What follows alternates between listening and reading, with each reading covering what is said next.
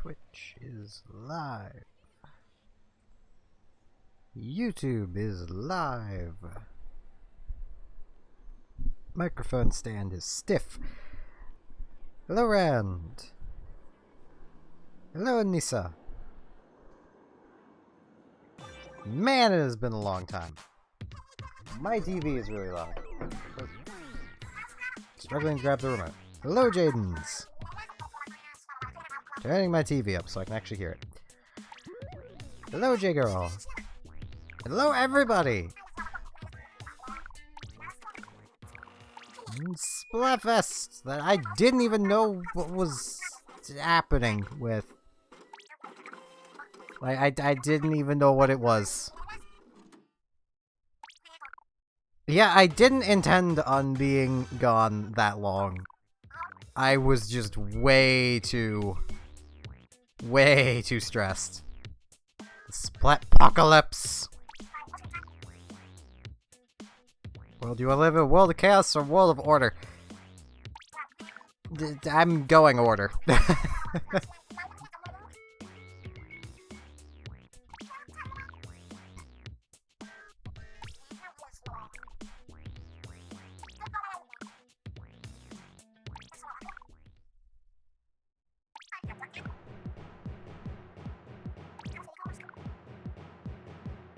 Never stop shaking things up. I mean, you kinda have, Pearl. You've just taken the role of the Squid Sisters.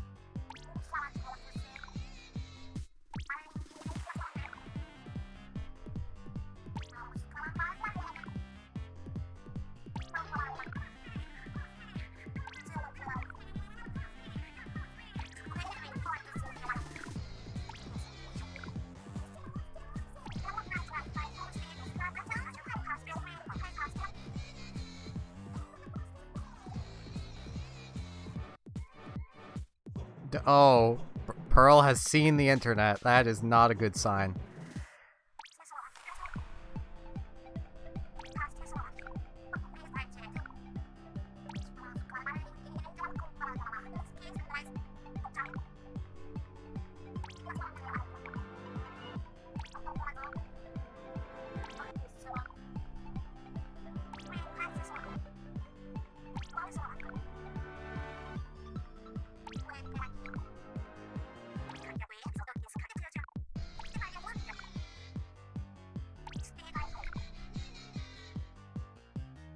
Oh, jeez. Yeah, this is definitely gonna lead into the next game.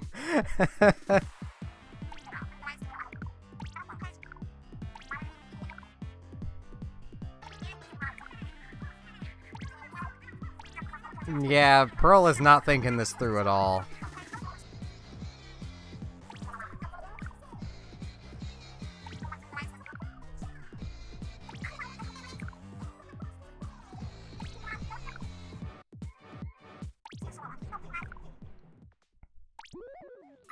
Play like the world depends on it? Yeah, it's gotta depend on it. Yeah, there's been probably a bunch of updates. I have no idea what's changed at all. I'll get to figure it out as things work or don't work. I am definitely going order.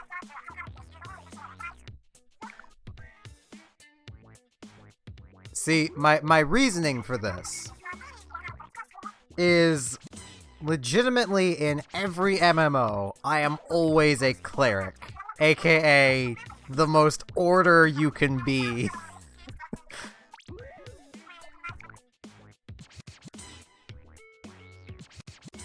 So it just wouldn't fit for me to go with Chaos. Plus, I prefer Marna. Gee, this is like the last day for me to get the equipment for this month from Salmon Run, isn't it? Technically tomorrow too, I guess. Oh, motion controls are weird after having not used them for a while. Oh, jeez. Oh, jeez. Whoa.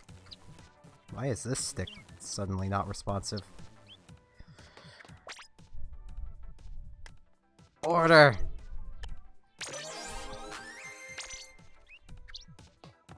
I mean, let's face it, as much as a world run by either of them wouldn't be the most preferable, they're music idols. They're not politicians.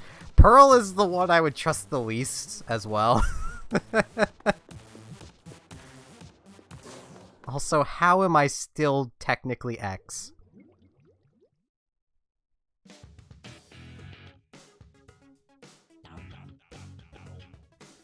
I did not play at all Rainmaker of the last rotation I was playing. Now, okay. I'm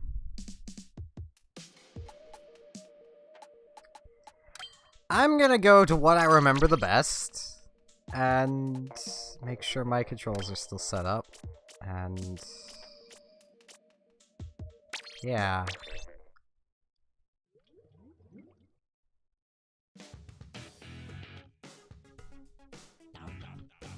That's what I'm gonna do. I mean, I'm not doing that. I'm not gonna jump back immediately into X rank. That would be suicide.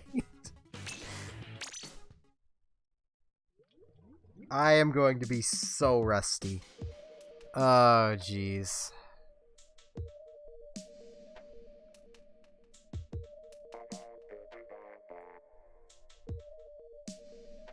I mean, I have been playing some shooters on my break, Ravenfield specifically. But it's not motion controls. Ooh, this is gonna be great.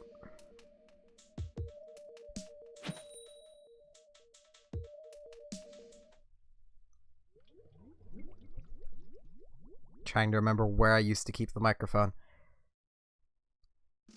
It feels good to be streaming again. It also feels really nice just all you guys were still around. Like, you've all given me the warm fuzzies.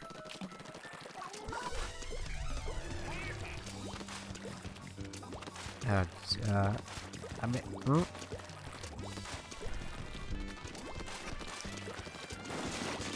Oh, jeez. Well.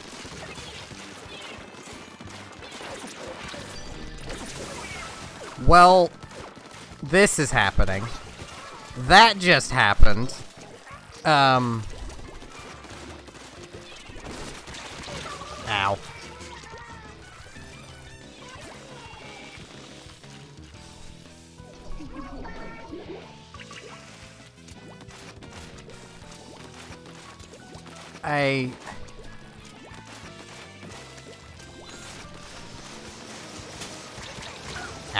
I am lagging a lot, I think.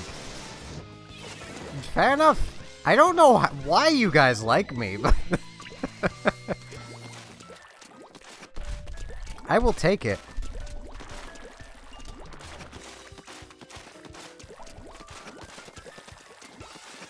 I might only be doing so well because I'm pretty sure I am lagging. I don't know why I'd be lagging. Ow. Fair enough.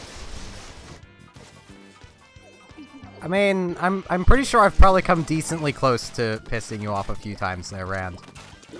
With how set in my ways I am, and how set in your ways you can be. We do tend to clash a bit. Ow. Is it the brush lagging? I can't honestly tell. I've not played multiplayer games really at all in my absence. As I said, I've been playing Ravenfield, which is purely single player. Pure single player with loads of bots. It is silly fun.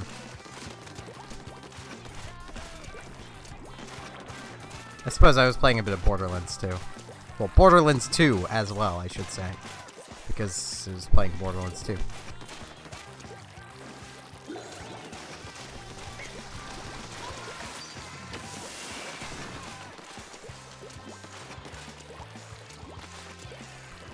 Oh, excuse me.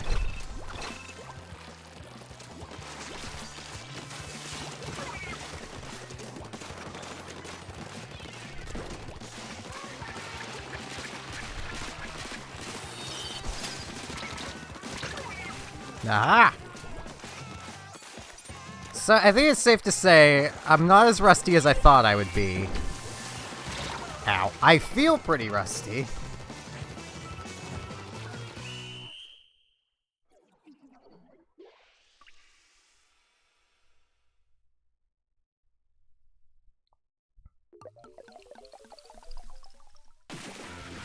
Yeah, my ISP is actually really good. This is actually fiber ops that I have for internet.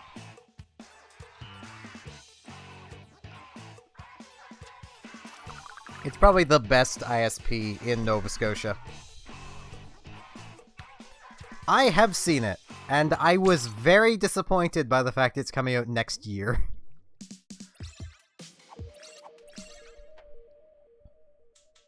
I was really hoping it would come out this year. But that does give me time to finally get back to making my Stardew Valley videos and at least finishing a full year of that game.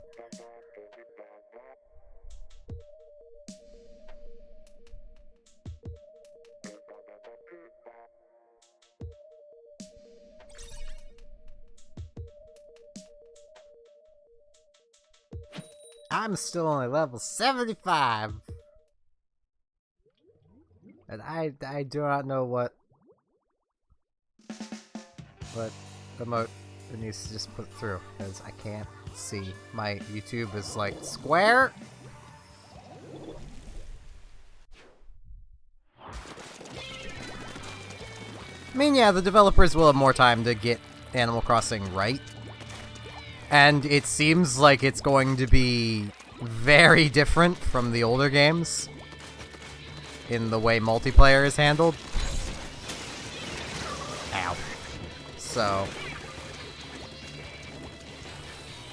I am legit looking forward to it. I am very likely, with how its multiplayer works, I may actually just stream it. Like, just turn it into the day stream. That way it'll actually be, you know, daytime.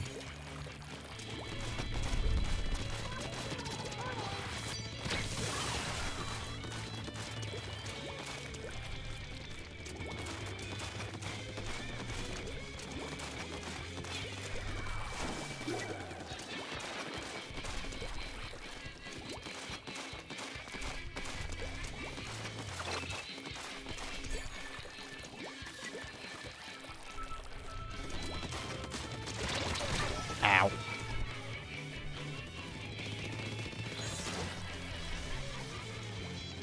Yeah, it will be.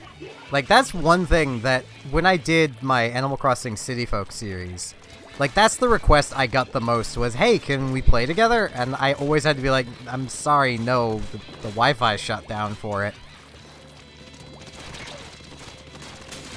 Ow. And I would have loved to have done a New Leaf series, but Nintendo hates you recording their handheld systems, apparently. So that's not really been an option. As much as I would have loved for it to be one.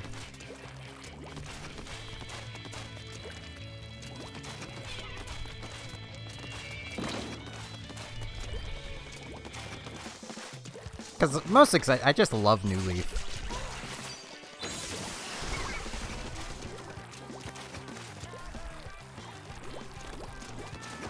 Like, I even now still kind of have the urge to play it more, but I've kind of done everything. Now, 3DS, DS, Game Boy Advance. Well, I suppose Game Boy Advance, if you buy their add-on for the GameCube, that lets you play Game Boy Advance games on the GameCube. And Game Boy Color, well, yeah, Game Boy and Game Boy Color, if you buy the SNES cartridge that lets you play Game Boy games on the SNES. Hey, Red. It's going pretty good. I'm rusty, but, you know, it's working out.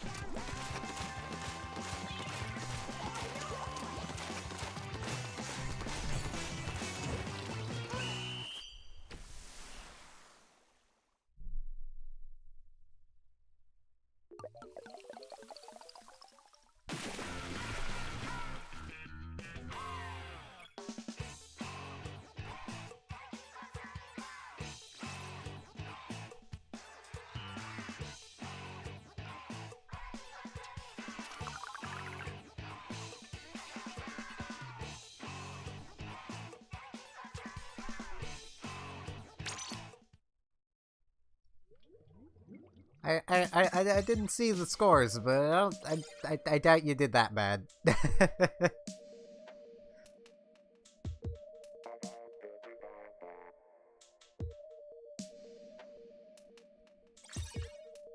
Yeah, in the room's constantly having people change around, Red, so.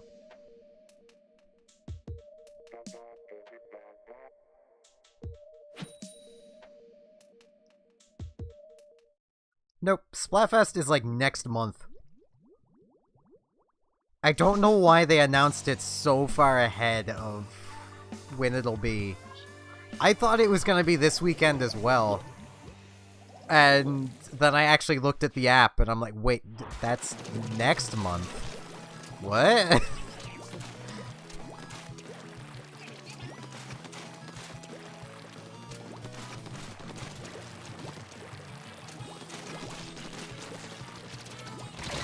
Ow.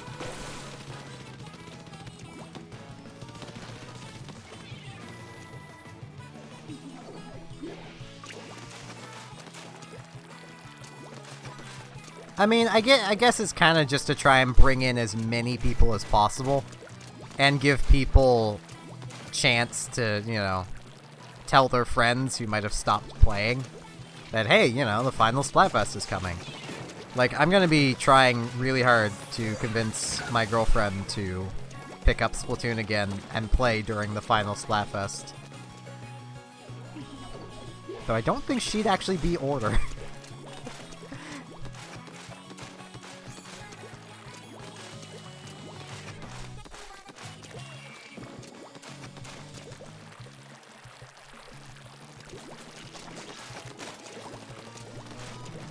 Which would be interesting.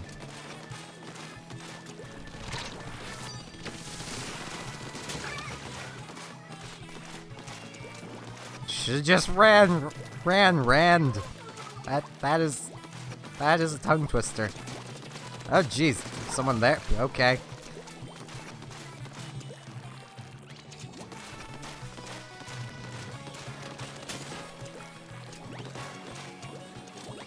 I mean, it's just a lot of turf wars, so there's nothing to really be scared about. Other than the implications of this is going to be the next game's storyline. Ow.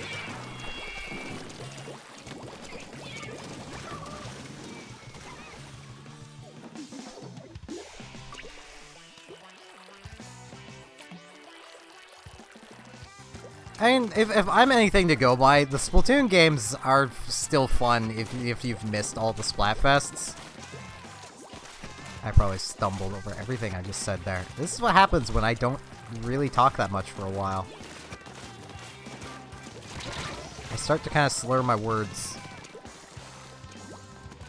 I think if Chaos wins, we're gonna have a kind of darker Splatoon game for the next one. I honestly, I'm still in a bit of disbelief that they're ending support for Splatoon 2. Ow. Because, like, it doesn't make a whole lot of sense to release another Splatoon game on the Switch. And it's not exactly like they have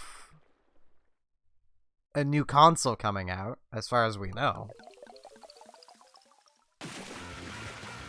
How is that a win? No, seriously, how is that a win for... What? What? I mean, like, they might be continuing to do some updates, Red, but they're definitely stopping. Like, with Splatfest. They're taking major support away from the game. I'm gonna grab a... No, not a slosher. You know what? Splatter shot. Yeah.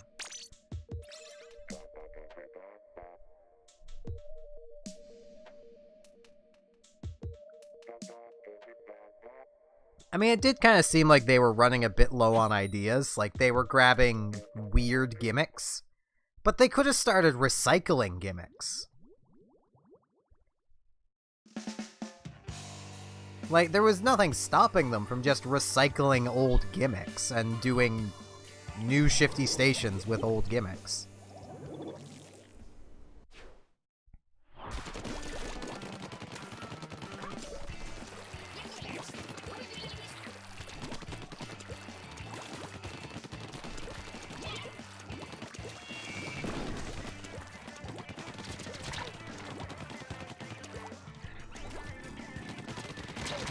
Ow. I should have done a better job of peeking. I needed to do a better job of being Pico.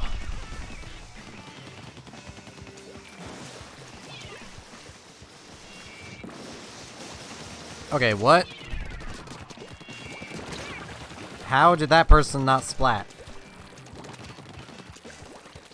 That suction bomb went off directly behind them. How did that not do a splat?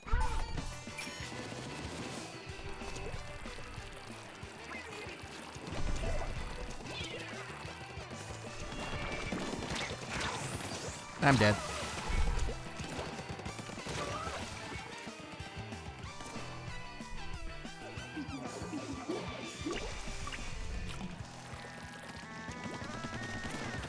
I mean, it definitely seems like they are getting ready for a new Splatoon game. But to me, it just doesn't make sense to do one on the Switch.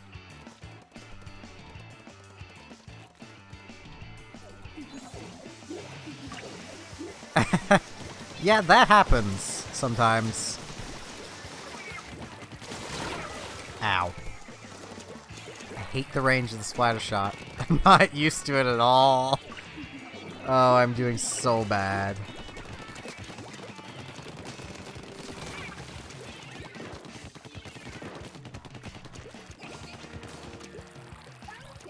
See, even a spin-off doesn't feel right, and I don't even know how they would do a spin-off for Splatoon.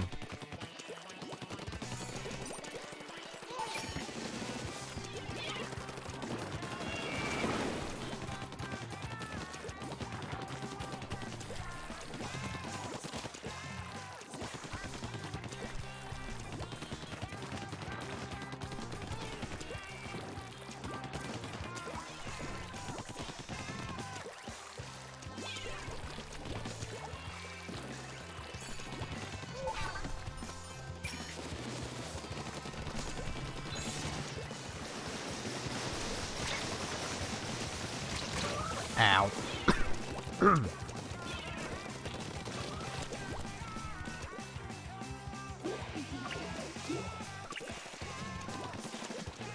I mean, fair enough. Ow. Like, in a way, they could kind of do something like, you know... I don't know, honestly. No, excuse me. Like, it'd be hard to do a spin-off of Splatoon without it just feeling like another main series Splatoon. And honestly, Rand, if you're referring to the end there, I didn't see you. I was looking more towards the chat. You were on the right side of my screen. I have bad eyesight in my right eye. And I was looking more towards the chat. Okay, me and the Splatter Shot are not going to get along. Not till I kill a bit more main crust. I'm good at covering the ground, but I'm good at covering the ground with everything. So time to grab the mini. The mini micro.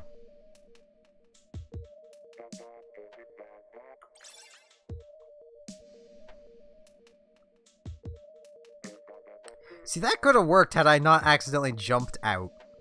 And aimed better.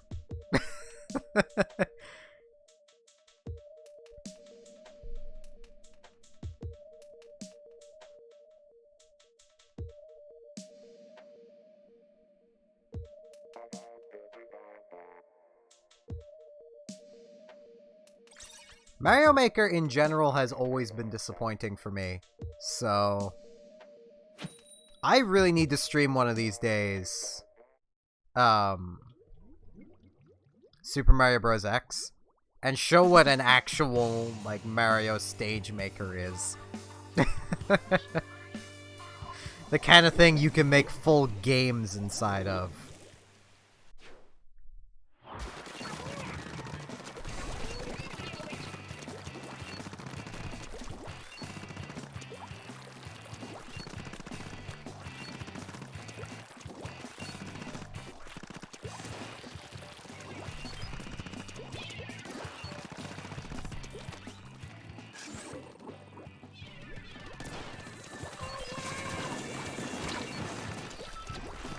I gotta remember I have burst bombs.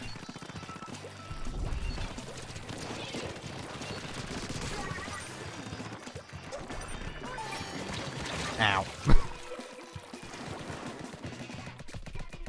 I might do that for tomorrow. I don't want to just do like a return week of nothing but Splatoon. I want to just do random stuff. I'm excited to be streaming again. I'm just gonna be doing whatever I feel like doing. I need to make sure I have the most up-to-date version of SmibX, but...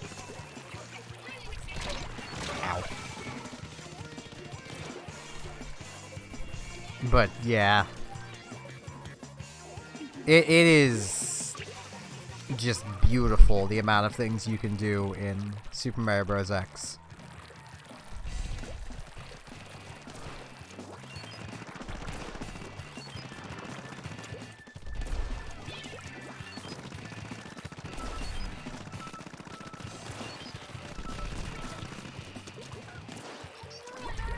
Whoop.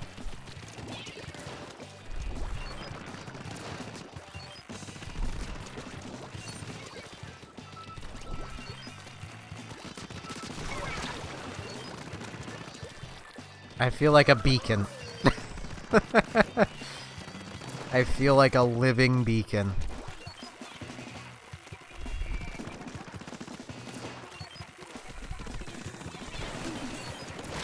Oh jeez, that did not go as planned.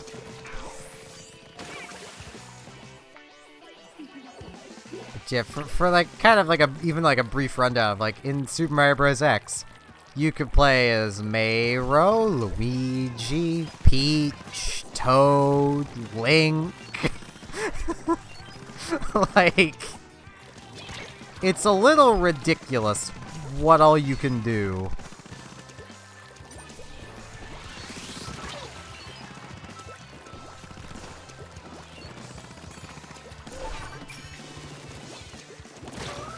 What? I was behind a wall, thank you very much. I'm guessing lag. Jeez. Well, the wall's for if they don't stop GooTubers. They can't stop the tube.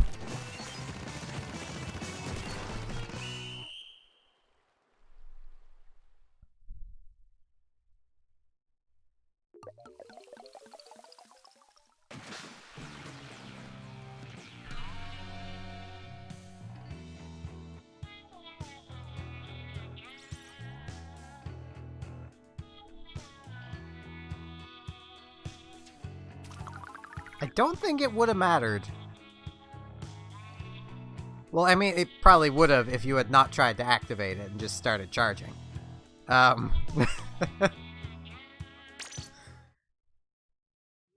if it had actually gotten up first, I don't think it would have, just with how much of an, like, starting lead I had on shooting at you. Could be wrong. I don't know the timings anymore of how long it should take me to splat. Oh, I have a sloshing machine. Let's see if I can do some laundry.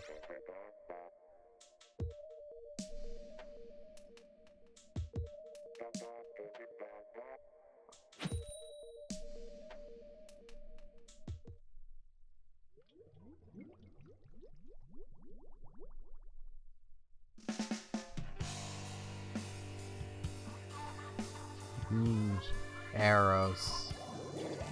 Arrow bars are good. I know I've talked about them before. Arrow bars are delicious chocolate bars. Just pure chocolatey goodness.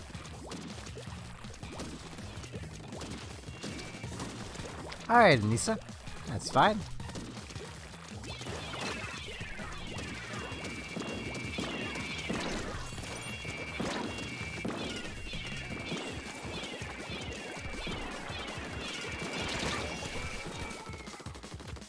Alright. See you later.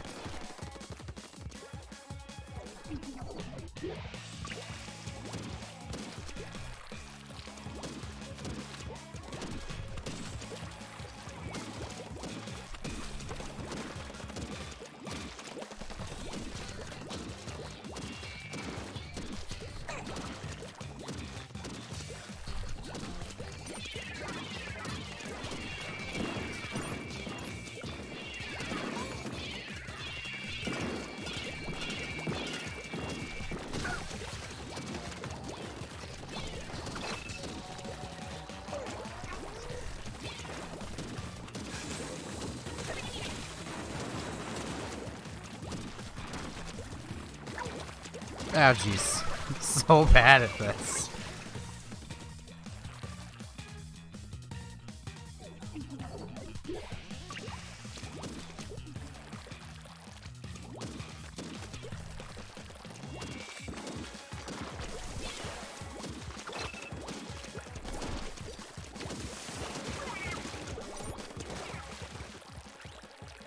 I'm turfing, which is, you know, it's a thing I can do.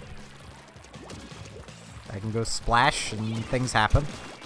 I'm not doing so great at doing people's laundry. They keep dying before I get a chance to. Housekeeping.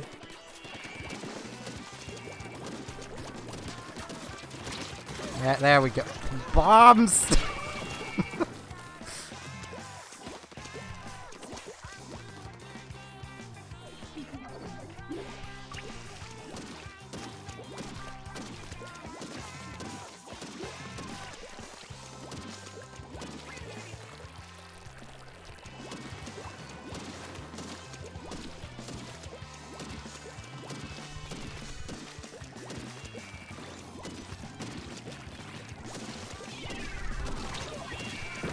Housekeeping.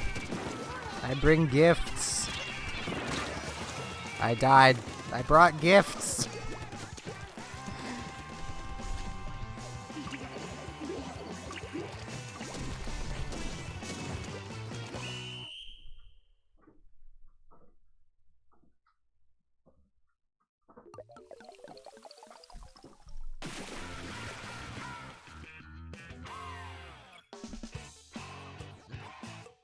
Jeez, 6 viewers.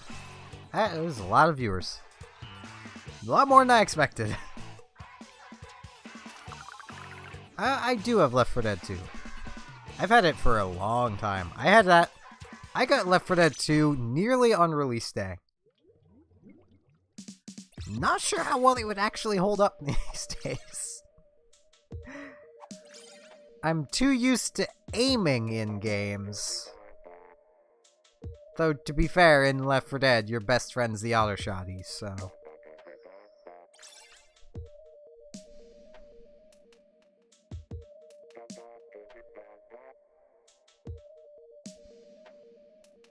Yeah, I've kind of spent the money I'm comfortable spending on the Steam sale. And I'm just kind of gotta coast for a bit. I mean, I could play Left 4 Dead, but I don't know. I'll think about it. Maybe for more of an October thing.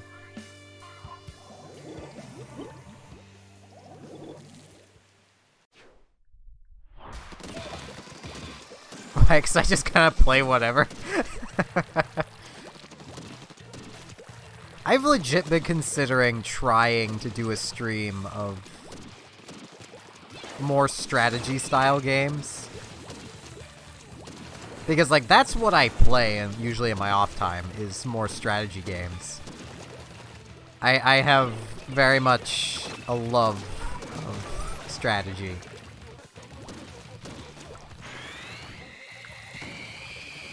I just don't exactly know how I'm going to commentate it.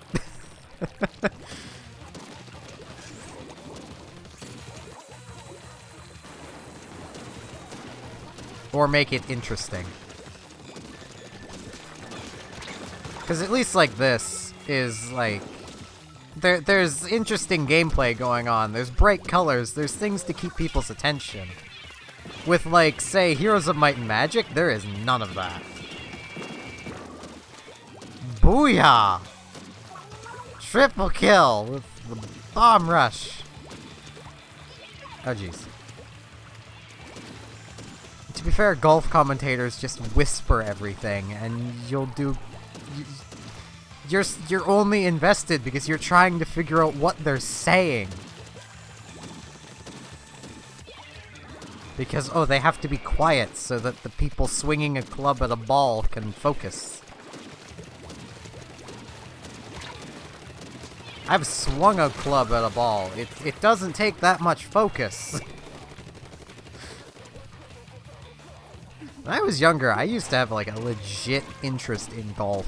I kind of grew out of it though.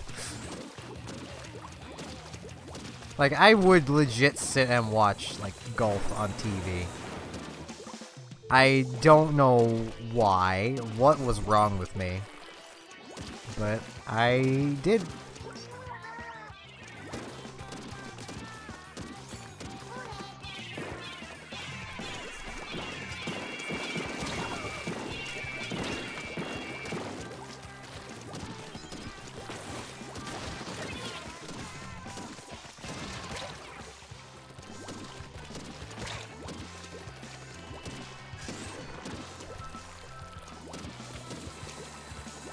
It would be nice to have a game, like to stream a game other than Pokemon that like I know incredibly well, which is kind of why I've been thinking like of doing something like, you know, well, Heroes of Might and Magic. Because I've probably put a few thousand hours into that series in general.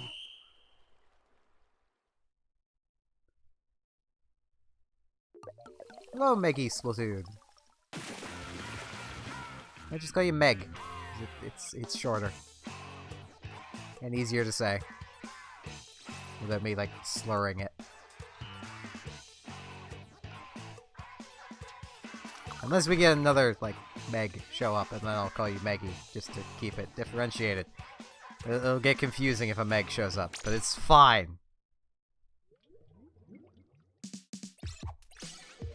I am doing incredibly well.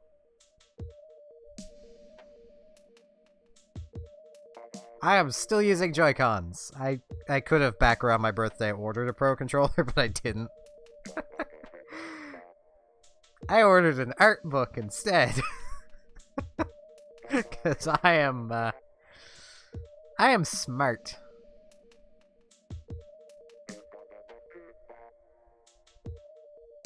Like it was like a $30-some art book, and I also bought a couple snacks from Japan, and yeah, the Etika news was it is sad. And I planned on making a post on the Discord about it, I just haven't yet. I want to make it clear to everyone out there, if you feel alone and need someone to talk to, DM me on Discord. I don't care even if you're just a random viewer who's just passing by. If you need someone to talk to, just DM me. I will get to you as soon as I can.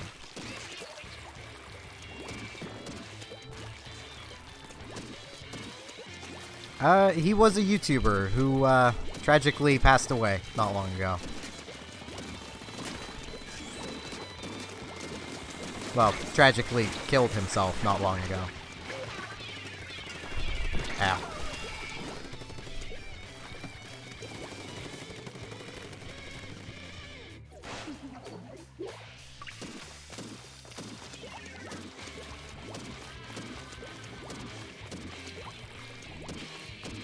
Yeah, I've never seen his content. I just know the situation because it was, well, the news YouTuber I follow covered it and like covered his story. So I know what happened, but yeah.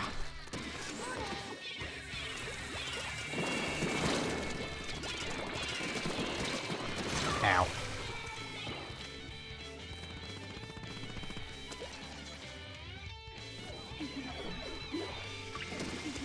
That's what the reports say.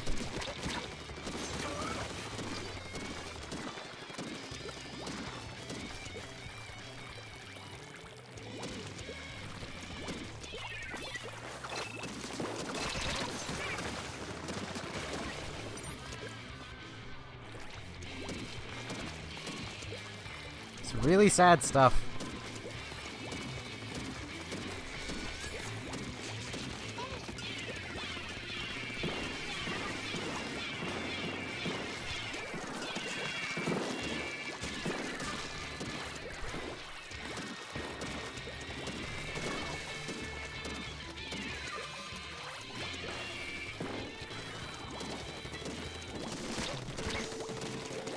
Ow.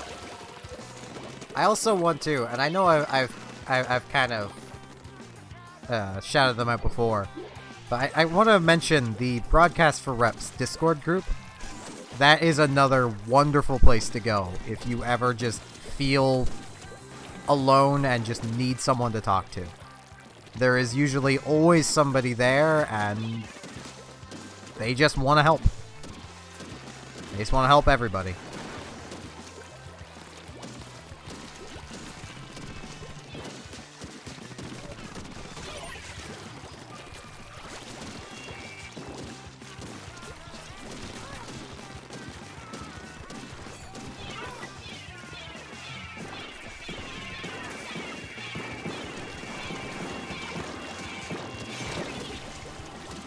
Quadra kill!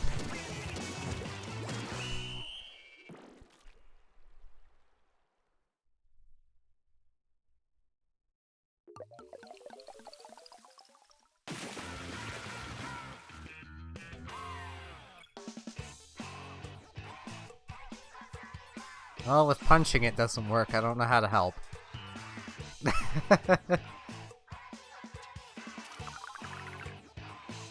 Like, every game I've ever played where you cut down a tree, you can usually punch it down.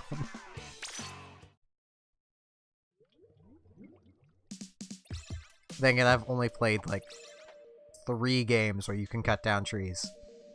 That being 7 Days to Die, Ark Survival Evolved, and Minecraft.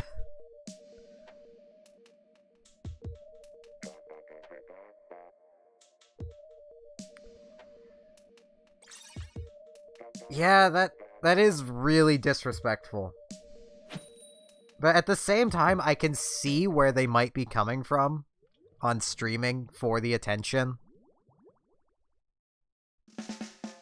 And it's because it does, like, for example, like with my YouTube channel here, it feels in a lot of ways like I've hit a ceiling. Because a lot of, like, even this, like, the streams, it'll be a lot of the same people every time. Like, I'm not growing. I'm not complaining. But, like, I can see why people would consider doing that. It's disgusting. It's disrespectful, but I can see why they would do it.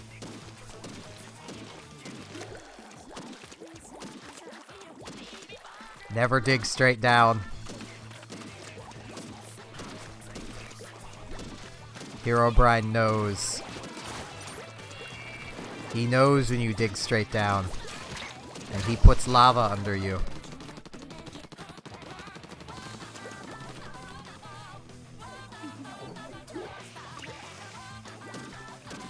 Yeah, you'll find in every industry,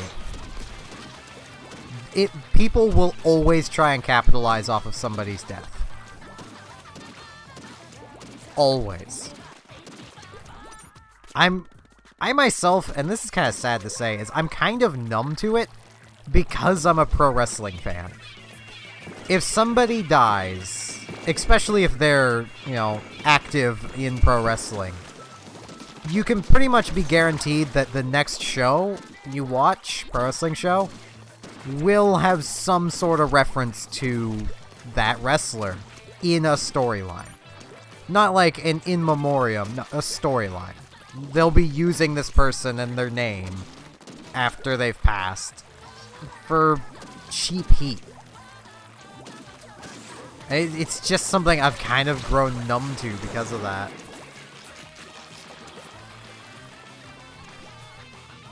And they have removed Herobrine a lot, but he likes coming back. I mean, Minecraft's his home. You could evict him all you want, it's his home.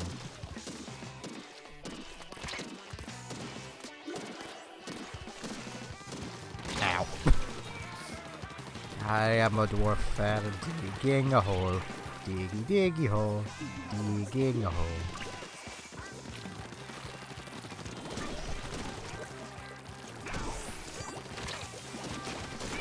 I'm a noctone, I'm splatting some squids. Splatty, splatty squid. Splatty, splatty squid.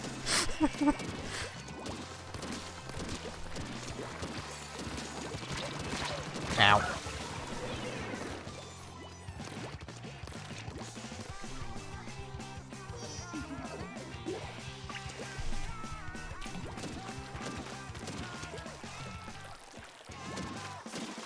I legit do as well.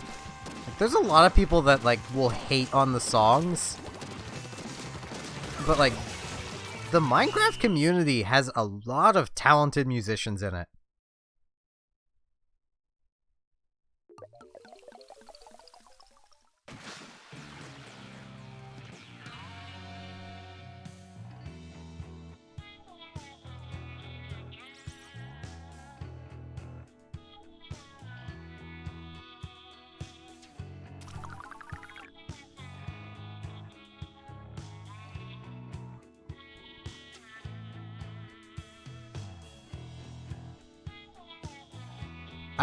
When I first got Minecraft at night, I would take about 15 dirt blocks and just go straight up.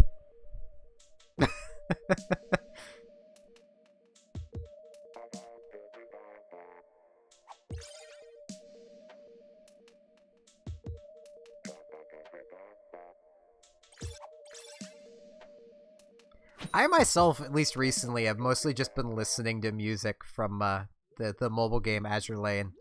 It has some really good music. It also has a lot of really talented fan art. Like, jeez. Yeah, now even I want to look up Eye of the Spider. I mean, I don't like the spiders, but...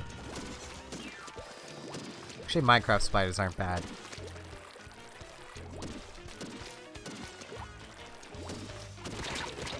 Ow. Yeah, like, for reference, like, Azure Lane is a boat waifu game, is the best way to put it. And there are 2 of those games on the market. Azure Lane and Kantai Collection.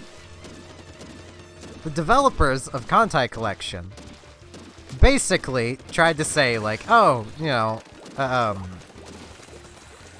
player will never cry playing Azure Lane. Because, you know, it's so silly and, you know, it's lighthearted. It's, well, for lack of a better word, it's cute. Meanwhile, while playing Kantai Collection, you'll feel the sorrow of the Japanese Navy during World War II. And then, immediately after, was an event for Battleship Kaga and Amagi, in which the Azure Lane devs basically gave Amagi boat cancer. And the entire storyline was the Battleship Kaga having to come to terms with not only Amagi dying, but herself being repurposed into what she saw as a weaker ship of a carrier.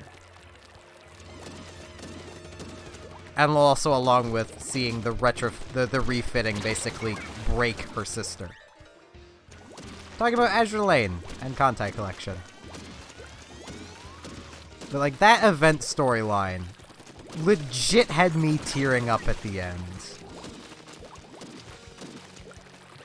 Like, it was basically like the Azure Lane devs basically just went, oh, you think we can't make people cry? Hold our sake. Azure Lane is a game about boat waifus. So think... I'll just use an American ship as an example. Think Massachusetts, the battleship, as an anime girl with battleship turrets strapped to her. It is a weird concept, but it's a fun game.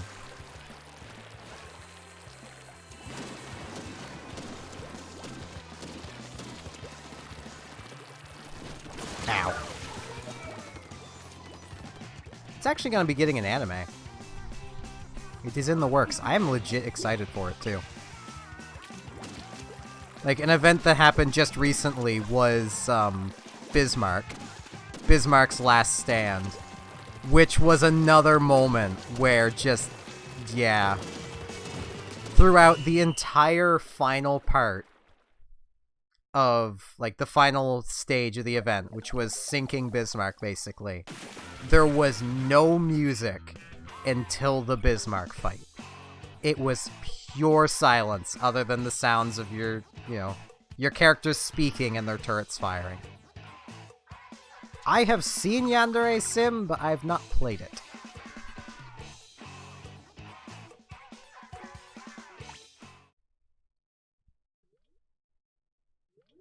And, like, just the music suddenly kicking in for the Bismarck fight was just... It was epic, but sad.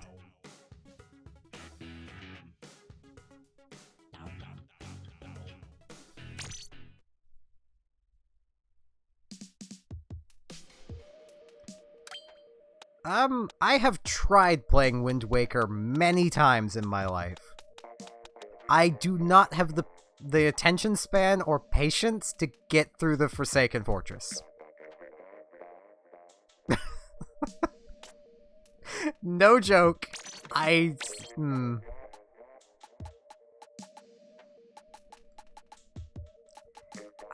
can't do it. I get bored too easily. Cause, like, I'm kind of like that with every 3D Zelda. But it takes your sword away. That's the problem. If it didn't take your sword away... I know that's, like, the first fourth of the dungeon. But 3D Zeldas in general, I tend to not get through the beginnings of them. Unless it's, like, Majora's Mask. Because their beginnings are so long. It just takes so long to get to the gameplay. Skyward Sword, I can manage it. I think it's because Skyward Sword's beginning is kind of, in a way, it's slower, but in other ways it's faster than, like, say, Wind Waker or Twilight Princess or Ocarina of Time.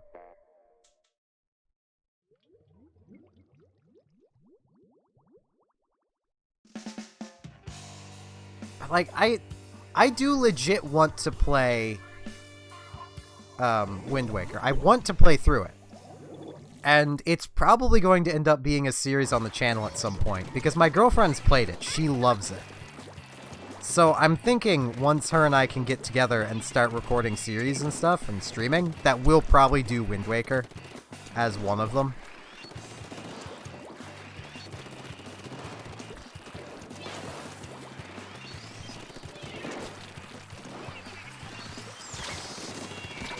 Ow.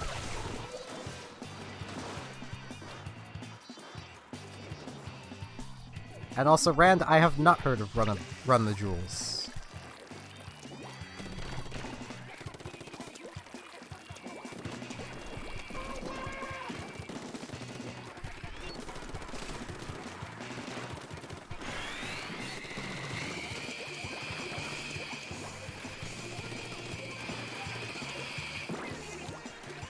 I know exactly where my Wii copy of it is.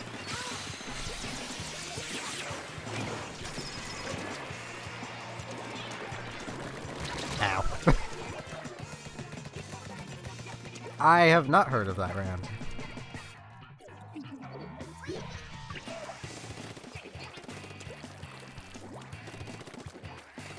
And as I've grown up, I like to think my attention span has gotten better, and that I can play through games with longer openings. But even now, like, going back and playing through, like, Final Fantasy VI again, the whole opening cutscene is my time I step away and go grab something to drink, or something to snack on. Because it just takes so long, and it's beautiful. It's absolutely beautiful. But dear lord, does it take just too long. Like, it takes like 10-15 minutes of you just watching Biggs, Wedge, and Terra just walk.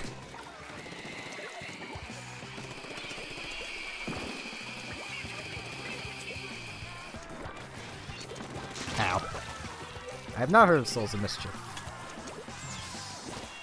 Oh, no, by now, I'm assuming these are music-related things you're asking about. I do not know music.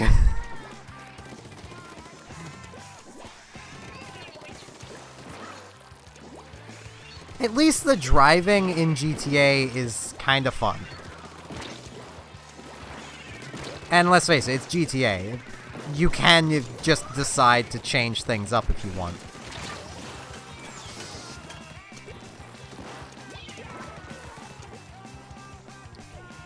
I've actually, I want to start it again.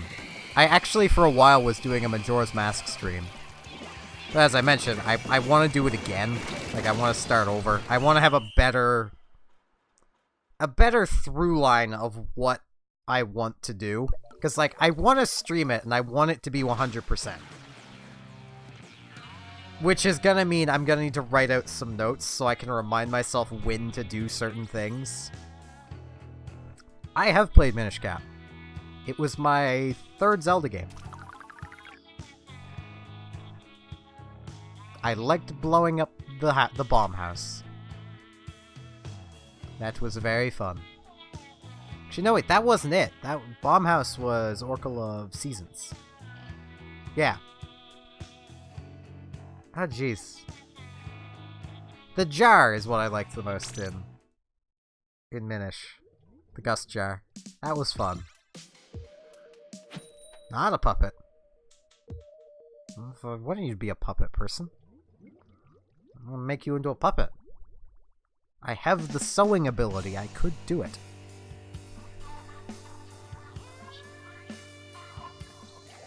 I don't remember what I did in GTA 4.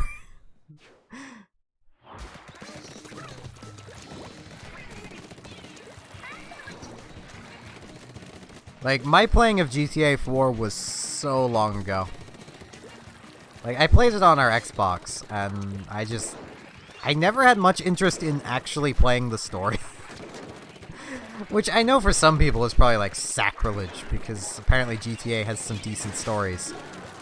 But I just never had an interest in the story of GTA.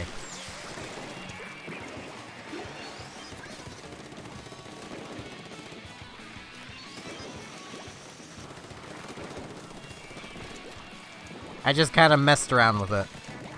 And then I discovered Saints Row, and just went and played Saints Row 3 instead.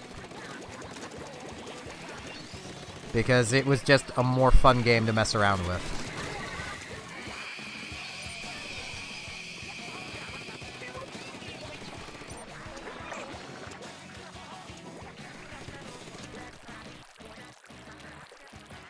Yeah, personal opinion, Majora's Mask is the best Zelda game.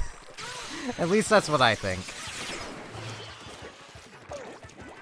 I legitimately feel it is the best Zelda game. For emotion and getting into it, the gameplay, every item having a use outside of its intended dungeon use, because most items don't have an intended dungeon use. The only items that have an intended dungeon use are the elemental arrows. And even they are still useful outside of their intended use. Like, it's just nice.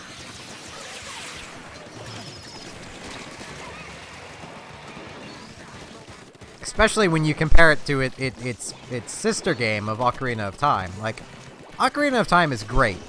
It has a passable story. A lot of people's love for it is nostalgia. Like, if they were to go back and play it today, they probably wouldn't like it. But at least a lot of people. I mean, it's still a good game, but they wouldn't like it as much as they think they do already. If that makes any sense.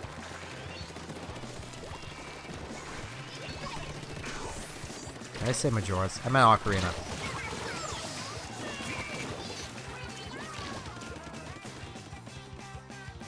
Yeah, I mean, a few extra dungeons would be kind of nice, but in a way, Majora does have, I think, 6 dungeons?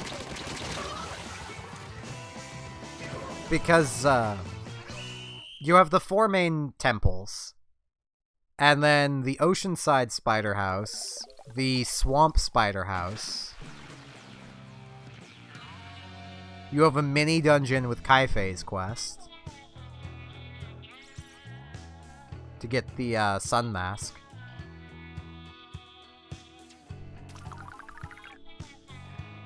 So it's got like 6.5 dungeons / temples. Those spider houses can be quite confusing.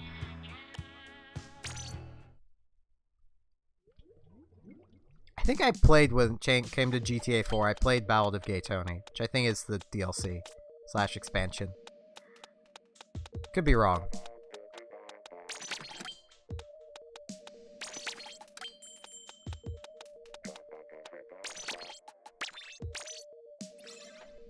That's what we had on the Xbox.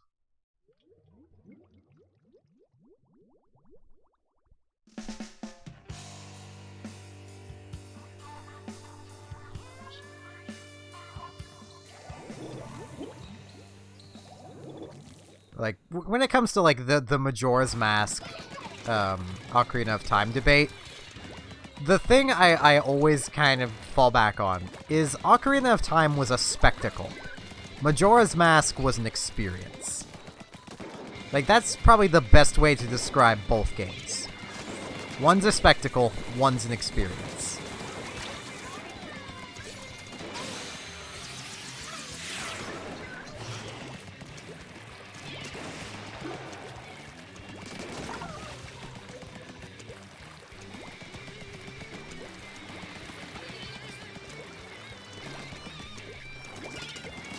Ow.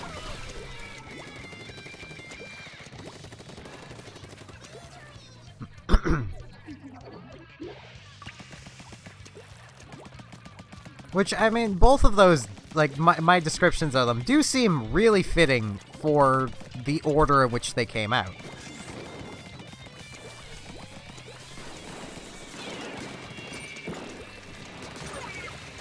Ow. It's the same as, like, the Final Fantasy debate.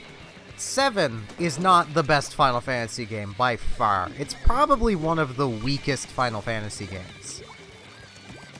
It's kind of sad that it's getting an HD remake. I kind of wish 9 was, because 9 is the better PlayStation game. But, you know, 7's the one that everyone knows because it's a spectacle.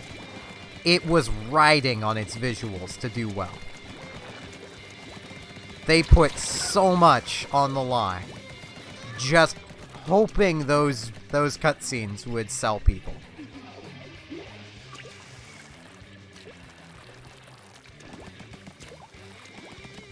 I mean, the remake is undoubtedly going to fix a lot of the things that were wrong with the original release of 7. Original 7 had a lot of plot holes that were filled with future games. Well, filled by future games. Kind of. In a way, they just created more plot holes. But they tried. And there were so many mistranslations and spelling errors. To the point where on the main screen of... It might have been all versions. I know it was the version I played. Instead of saying executive producer, it was executive produce. It was, you know, executive vegetables.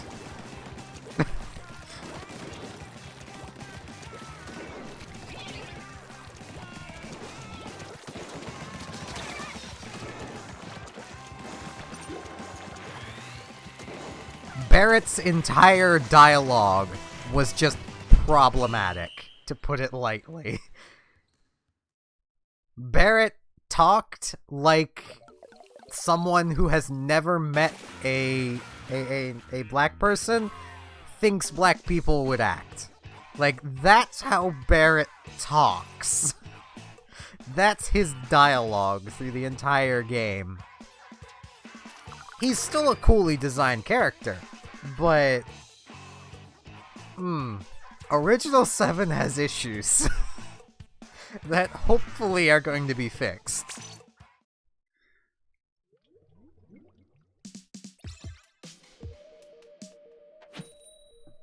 I'm a little sad that there isn't just a compilation of all the spelling errors that are in Final Fantasy VII.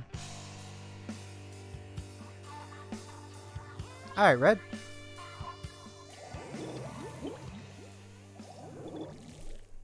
I mean, if the things aren't fixed, then that'll just be even better. Because that'll just justify what I've been saying for years. That Final Fantasy VII sucks.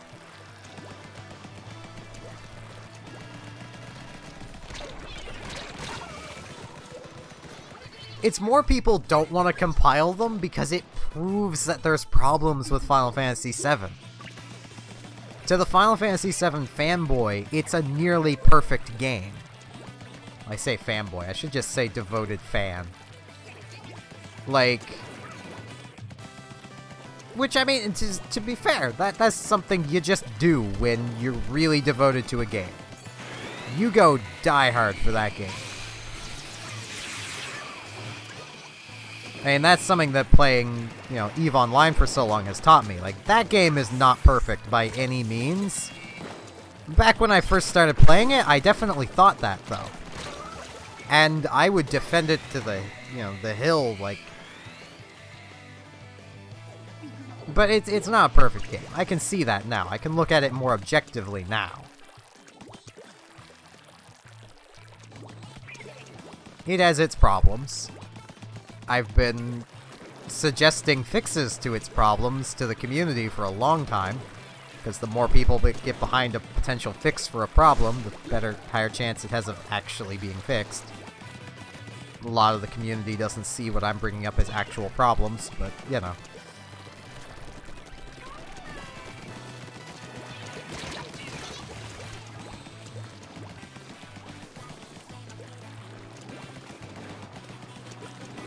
Like that. Ow. But yeah, I'm kind of tempted to dig out either our old Final Fantasy VII discs if I can find them, or if we even had them owned. We might have just had the game rented. I forget, honestly. Yeah, it was just rented. Okay. So I'm gonna need to actually dig out like a ROM or something and stream Final Fantasy VII. Because I remember how to break that game. I remember how to break that game hard.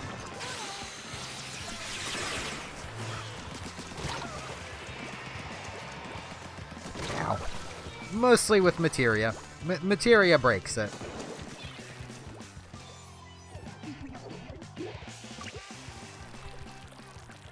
Like, the materia system was cool, but it also just completely breaks the game. And I'd need to see the names to actually, like, name it all off. But you can basically turn all of your characters into just gods with the right materia. And it doesn't take that long to actually get your hands on all the right materia either.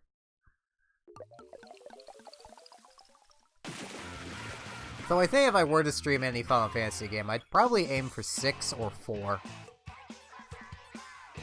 Or for people who only know the North American release numbers, 2 and 3. Because, thank you. Thank you, Square. Alright, Rand. Have a good night.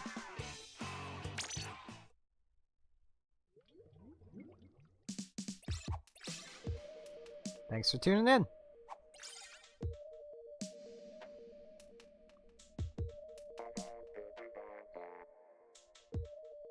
Yeah, Final Fantasy VI was probably my favorite Final Fantasy game.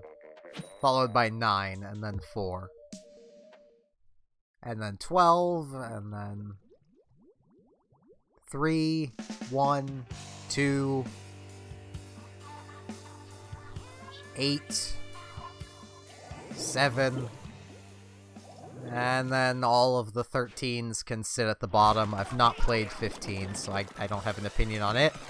14 and 11 are MMOs. 11 no longer exists.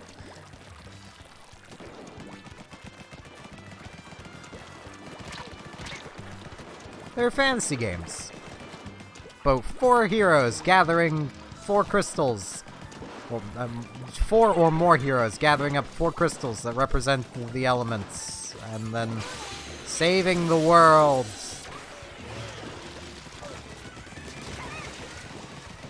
Before he became problematic, that was a common Pro Jared joke.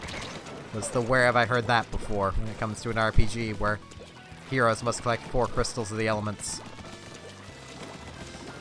And then he became problematic.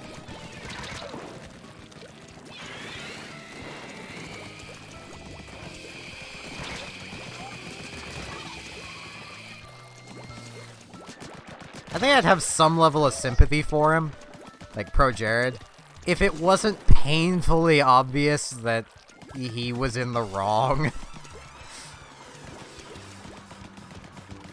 in all of the drama. I mean, I wouldn't say it's done, but it's definitely, he's gonna struggle.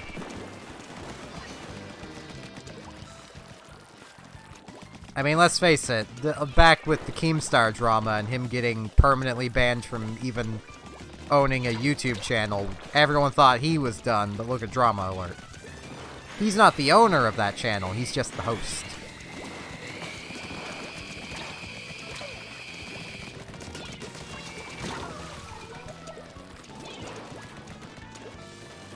Yeah, it'll probably take about a year. The internet has kind of a short memory. I'm sure there's people finding Pro Jared's channel for the first time, like, right now, who love his content because it's good content. And subscribing. And sticking around and just waiting for the new content to show up. Not reading comments, not looking into them. Wouldn't be surprised if he just started deleting comments at some point and we've just not noticed. It's within his power to do it. He's got plenty of time on his hands. Well, assuming he's not still trying to groom small children. That tends to take a lot of time. But, you know. Yes, I am throwing shade at that.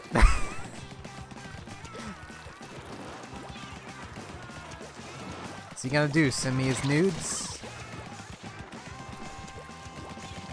Joke's on him. I've already seen them, and I wish I could remove them from my brain. Because the internet's a thing. During all that drama, it was pretty hard not to see his nudes.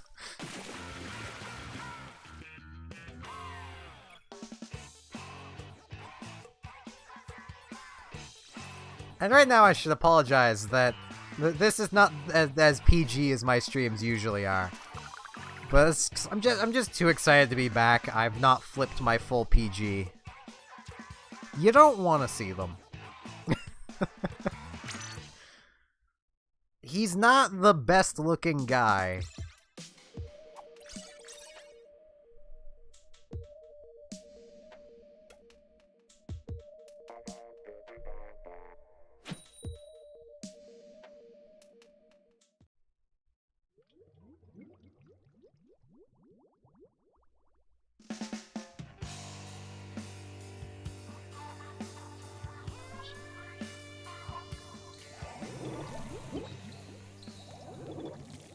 So many long-range weapons.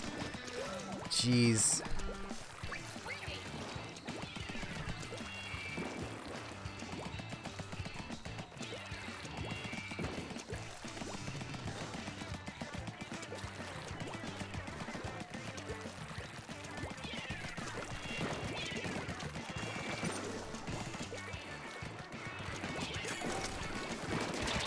Ow.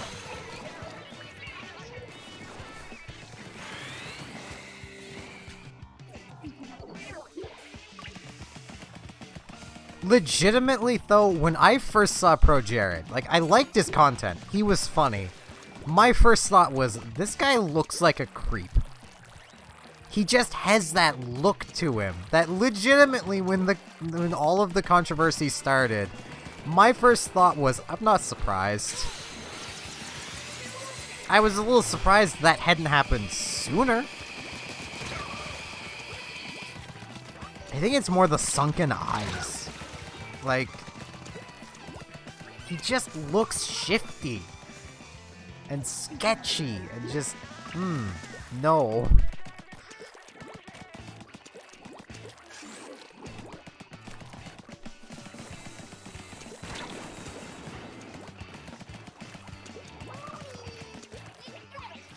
And like nothing against people that look like that.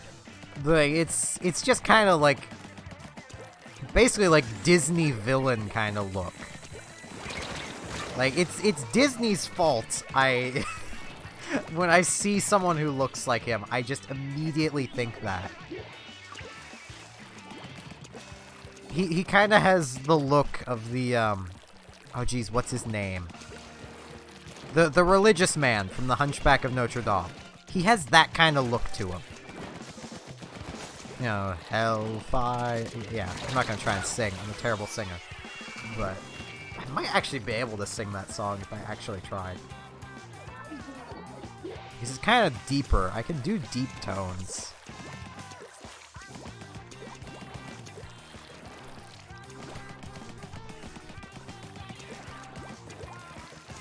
Frollo.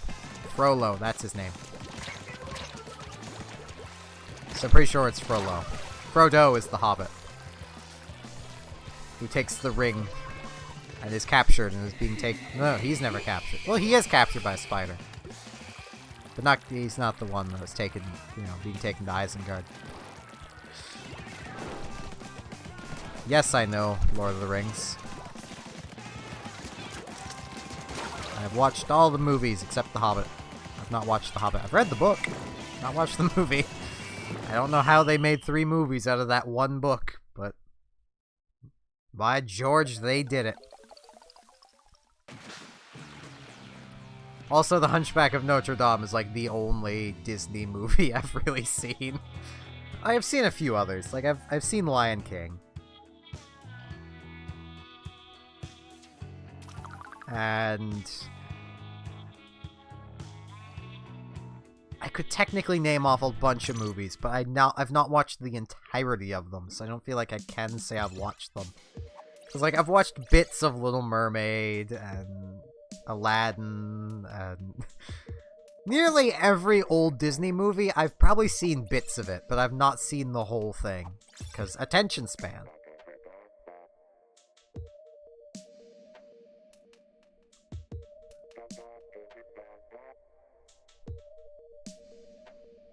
Hello, Agent Joe. The Lord of the Rings books were very long. Like, it was legitimately 3 books. Which makes sense for how you could make 3 movies. The Hobbit was, if I remember right, a barely 300-page book. If even that. I think it was only like 280. My brain wants to say around 280-ish. And they made 3 movies out of that. Like, and it wasn't even like it was a big book, like, size-wise. It was a kind of small book. Like, I'd say smaller than average novel-sized book for The Hobbit.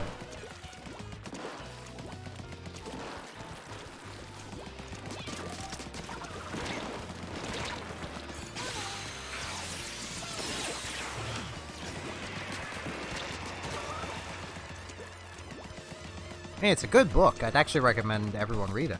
It's really nice. If you like fantasy stories, you're really gonna like it.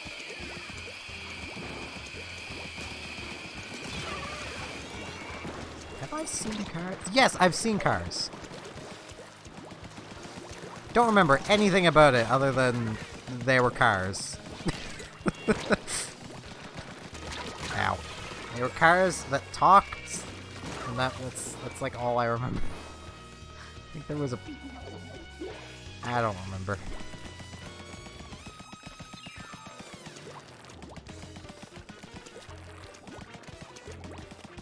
I don't honestly think I had a favorite movie as a kid. I said hi to you, Joe.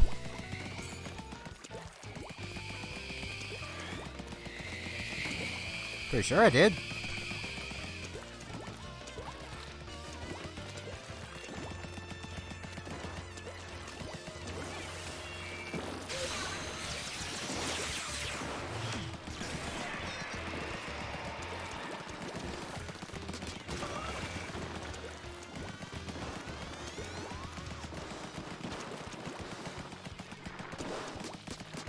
Snipers everywhere! Jeez!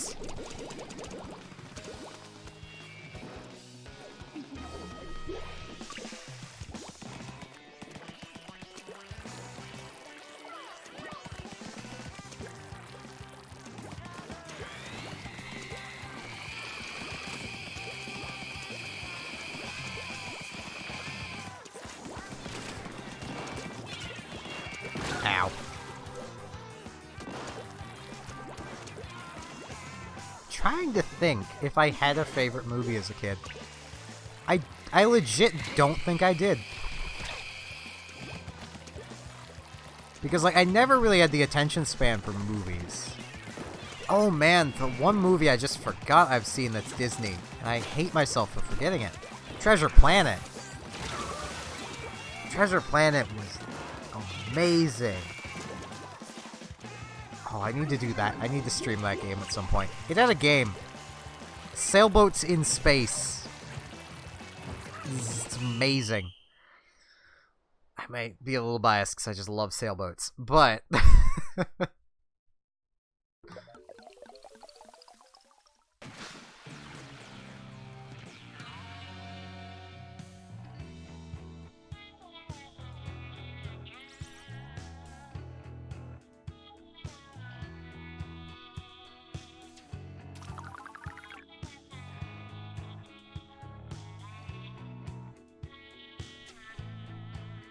Hell, I'm doing so well with the Splat Pro. I'm gonna change. I'm gonna just go back to the undercover. I've gone through so many weapons.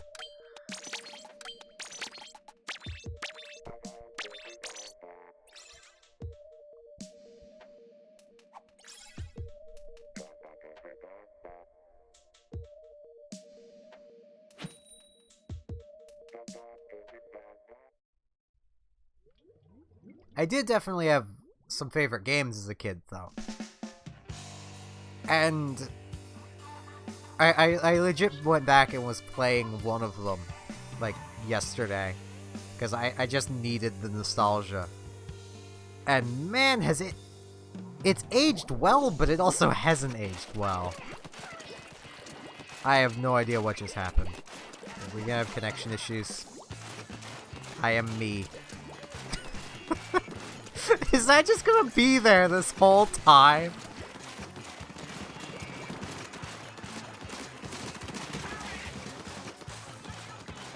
I wonder who I am. I really do. I wonder. I wonder who I am. If only the game would tell me who I am. If only... Yeah, I need to get back. The game I was playing is Dynasty Warriors 4 Empires. And how it's aged well as a game. It still says you above my head! Oh, man.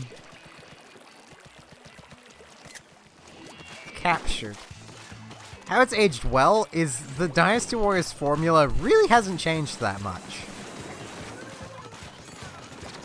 Like, at all. It's basically been the same game.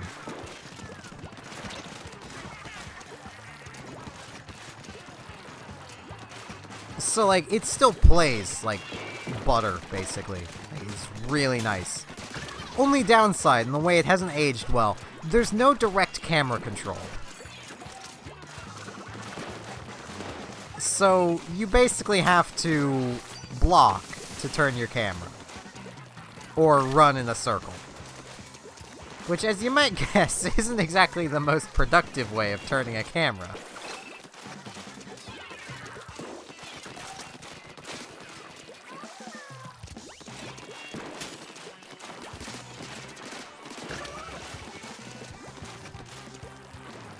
Also, the AI can be absolutely ruthless.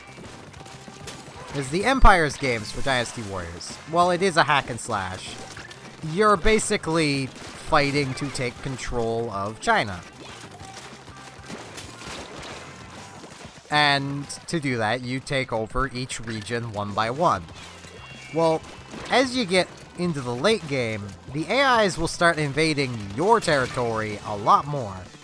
And I have a save that's on like turn 70 something, where every turn one of the AIs is invading my land. There's only 2 of them left, but they'll take turns invading. And I can beat them back, no problem. Like, no problem whatsoever. I can beat them back.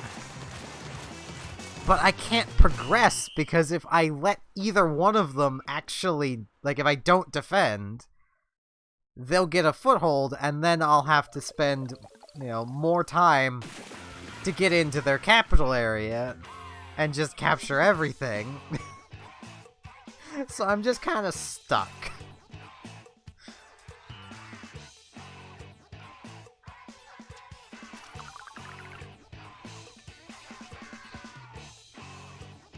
Yeah, I would say, like, my absolute favorite game as a kid would probably have been Kirby Superstar.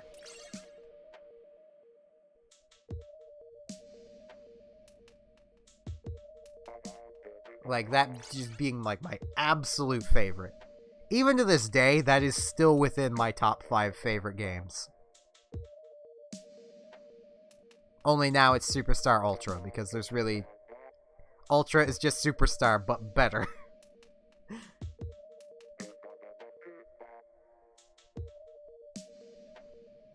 I really want to stream that again at some point as well.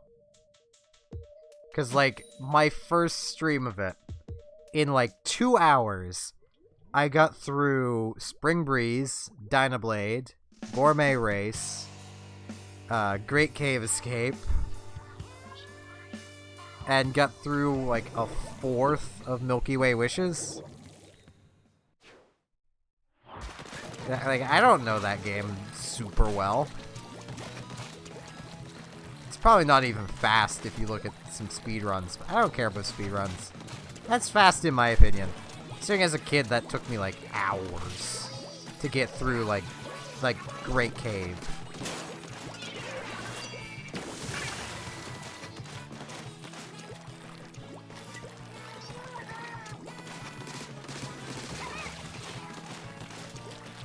And now I'm to the point where I can get through it in, like... I can be through Great Cave in, like, an hour. Like, I can get through Spring Breeze, Dynablade, and Great Cave in, like, an hour.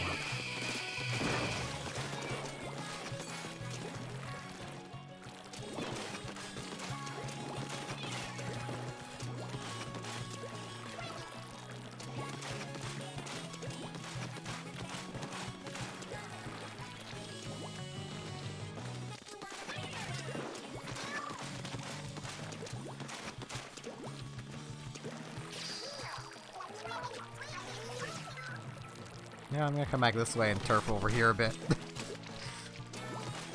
I don't know why we're winning so much.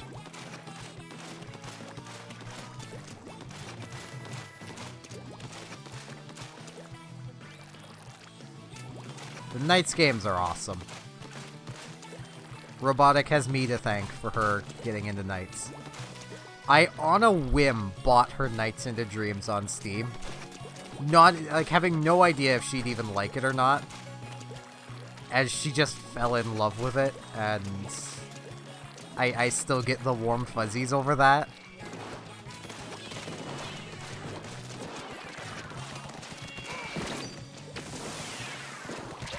Ow.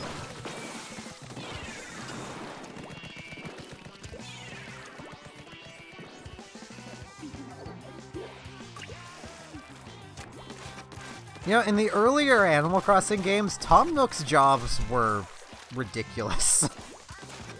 I am glad they toned him down for New Leaf. New Leaf was legit my first Animal Crossing game. I've gone back and played everything other than the original.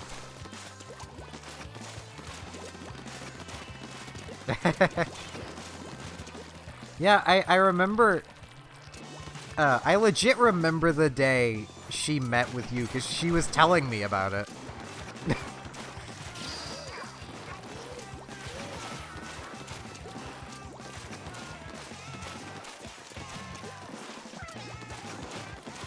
Yeah, they'd be legit rude. They're jerks. Just from, like, reading the dialogue. They would just be jerks. Wild World, they were kind of jerks, too. At times. If they were, like, the grumpy villager.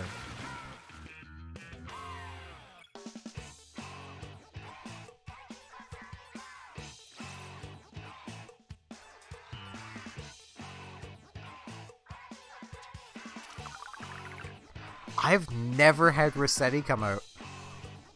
Ever.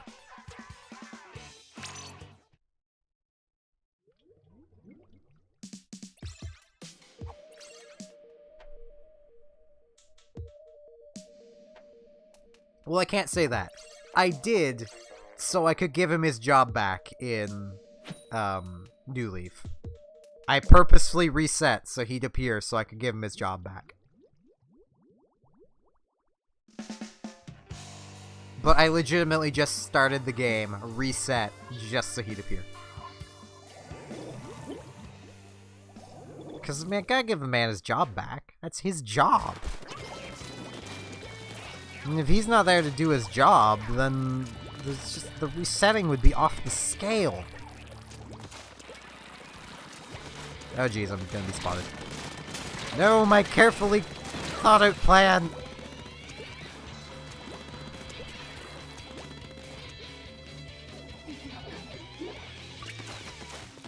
If you don't build the reset center for him, he won't come out again in New Leaf. You need to build the reset center for him. And I love how, like, I was watching the YouTuber Chugga Conroy's series on New Leaf.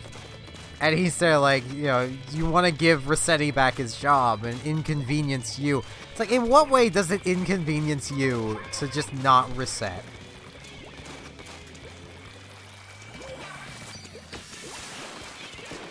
Like, oh no, you have to play the life simulation game without resetting. It's life. You can't reset life.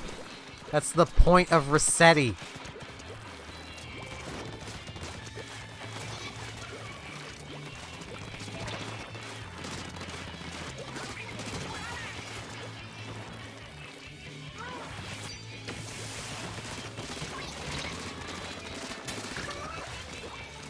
I am on a tear, jeez.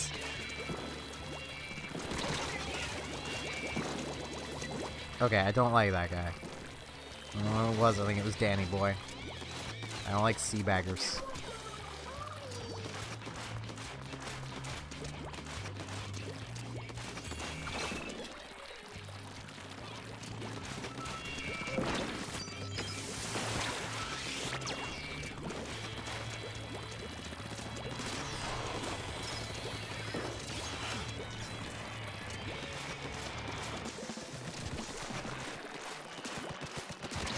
Ow.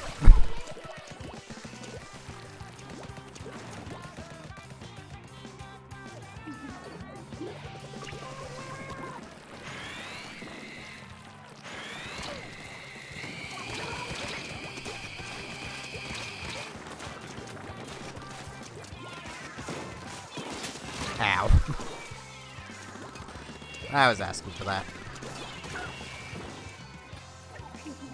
Undercovers don't camp. They push and never stop pushing. I also really want to do another Yu-Gi-Oh stream. Just thinking. I got to think of that because I was made me doing the you know, the attempt at a voice I just did.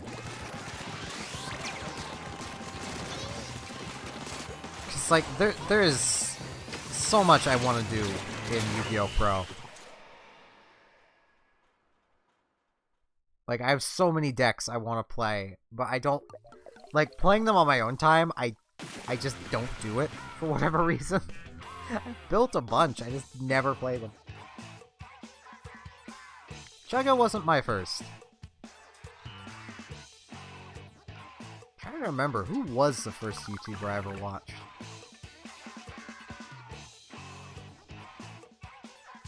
I think it was HC Bailey.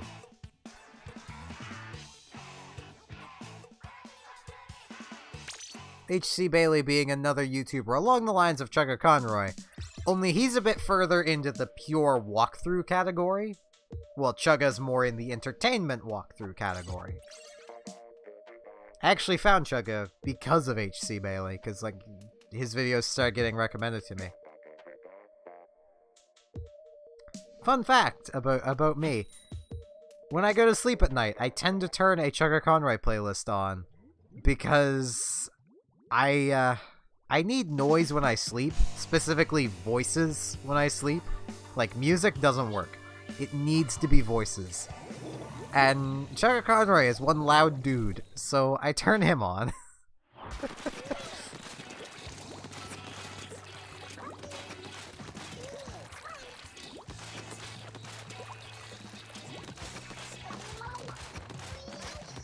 And it's all because as a kid, my sister and one of my older brothers would basically fight over radio volume. And the radio that both of them would listen to, quite often around the time I'd be going to bed as a kid, because of my bedtime, would be nothing but just talking. Like, it'd basically be talk show hour kind of thing. So my brain just got accustomed to talking when I'm falling asleep.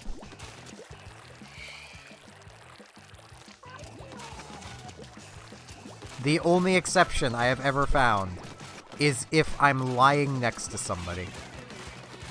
Then I can fall asleep in dead silence. Ow.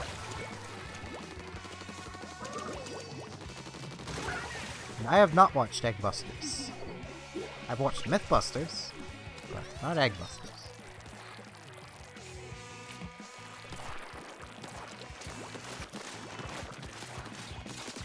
Darn it.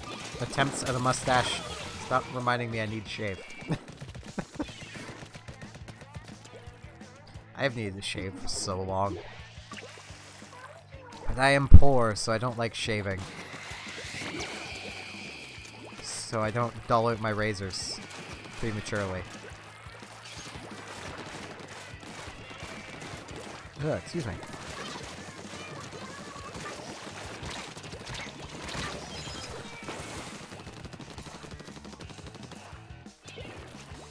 Has anyone here watched Blockhead? That's a good question.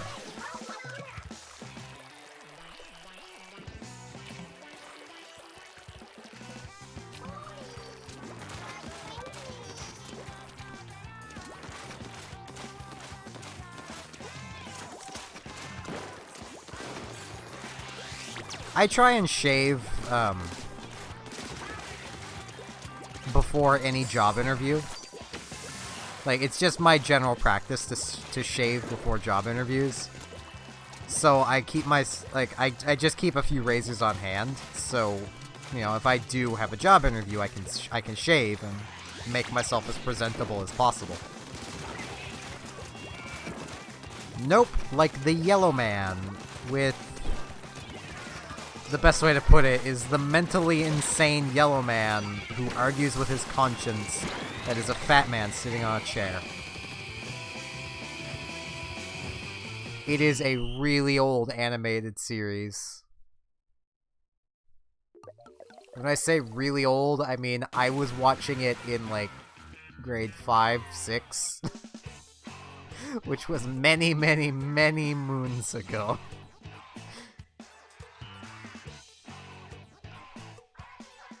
It is...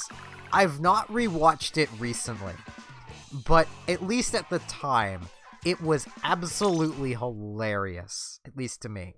I have kind of a weird sense of humor, though. But...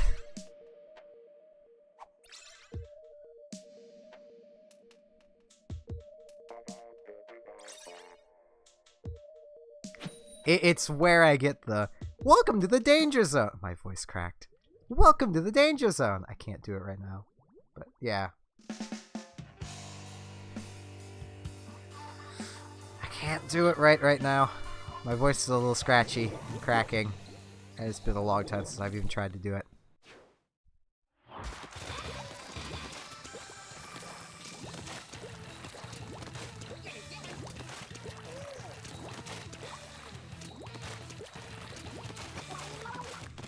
I will note, though, for anyone watching, Blockhead isn't the most PG, as you might guess, by the fact that it's a series about a mentally insane yellow person. There will be cursing, there will be, I believe, if I remember right, there is a bit of blood. It's old Flash animation, so it's more just there's a bit of red on the screen. It is on YouTube. It's by The Swain. It's like The Swan, but with fundamental differences.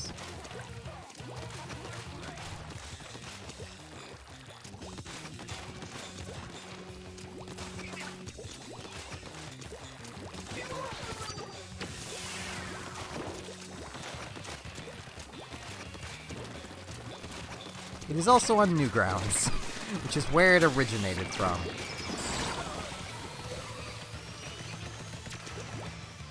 I used to frequent Newgrounds a lot.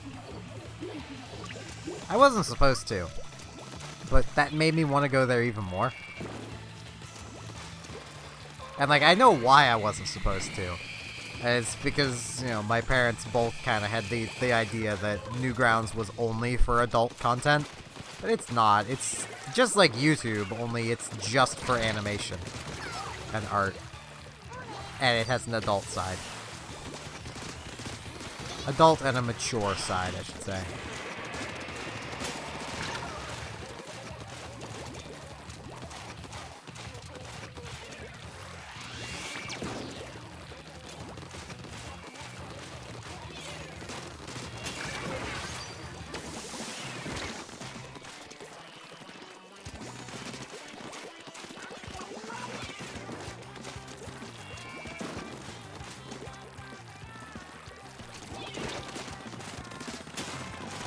Ow.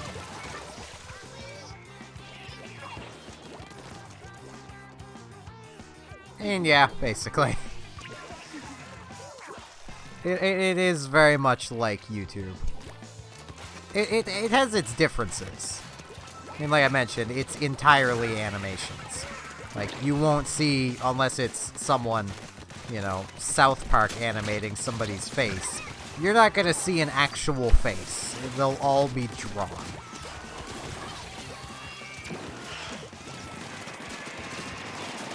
Oh, jeez.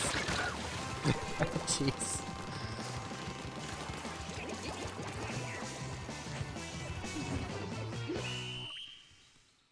I should actually start going on Newgrounds more. See how it's evolved. There's also a lot of, like, Flash games and stuff on Newgrounds. It's just a little bit of everything. Like, if it can be drawn, it's probably on Newgrounds.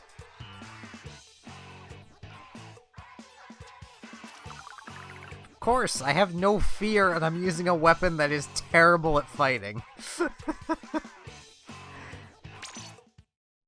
I get in way over my head, way too much.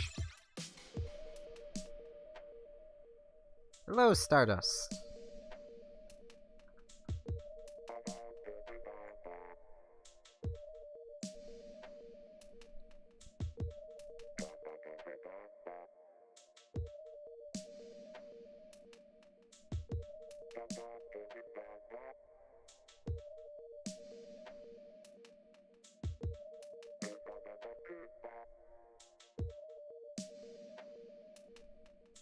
Alright, Joe.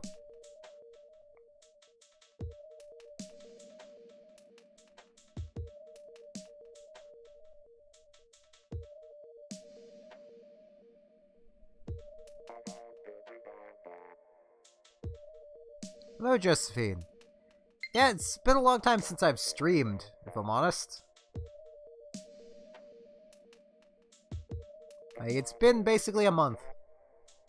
I didn't intend on taking that long of a break, and I will get to that friend request immediately after this match, just so everyone who might be in here knows.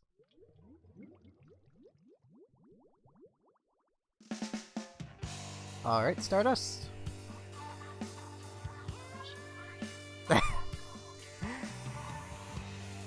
You have the match to know that I'm gonna be backing out.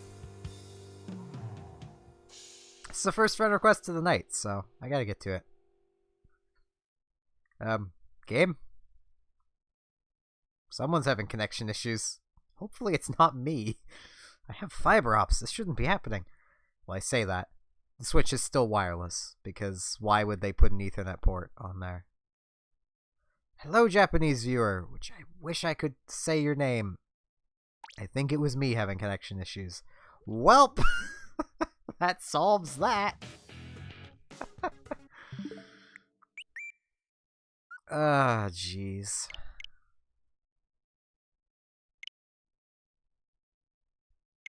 That is a lot of hours. Not judging Stardust, as I am not used to seeing people with that many hours.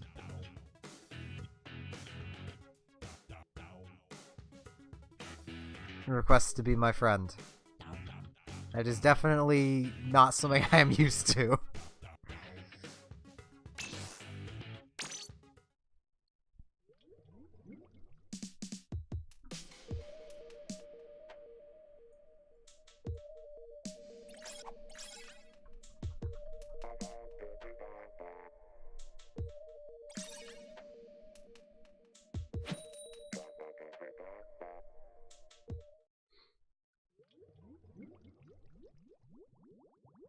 Japanese viewer, is your name something bear? Or bear something? If I've paid enough attention to my studies, I think that bear is part of your name. I'm gonna do private battles if there's enough people to fill the lobby. That's my general rule. If there's enough people to fill or at least get a 3v3, I will do private battles.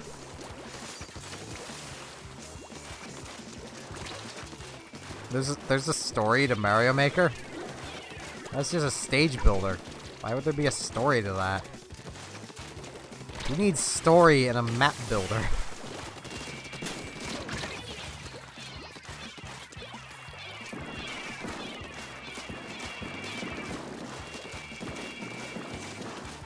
I'm never gonna know, am I?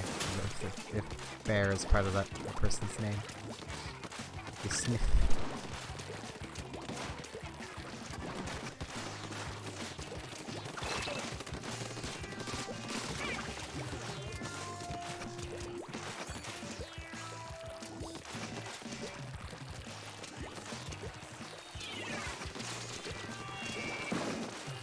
Hey!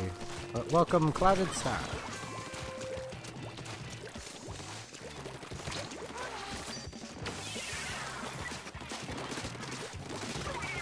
I'm glad you found my stream.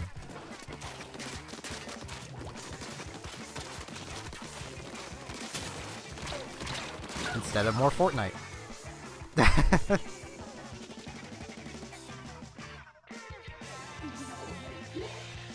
Hello, Agent X. Jeez, there's so many viewers tonight. You guys are giving me warm fuzzies.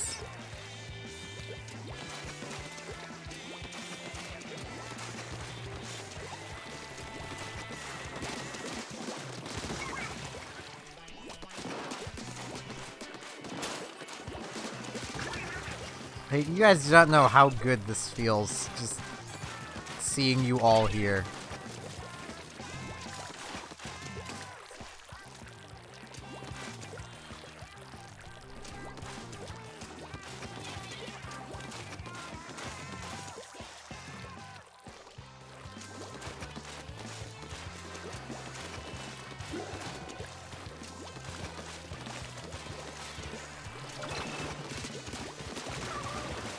I mean, I don't think I'm all that great, but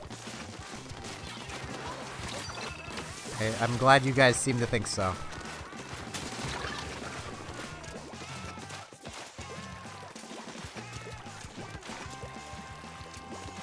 I'm just a dude in his sister's basement. Contributing only a minor amount of entertainment to the world.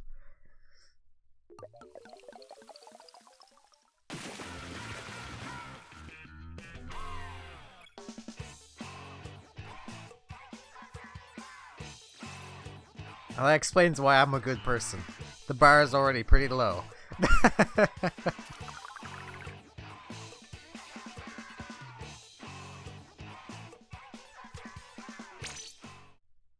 That's fine, Agent X. I'll be streaming more tomorrow. I will very likely be doing day stream tomorrow too. I can't promise it, because my sleep schedule is kind of all over the place. For the past while, I'd be asleep already. But I'm staying up. At least for another half an hour or so.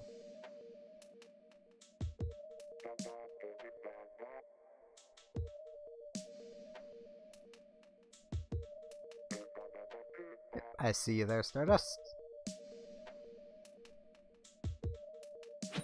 Every time I say that, I think of the wrestler Stardust.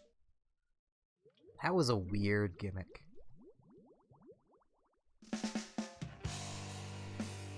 I am way too socially awkward for Amino.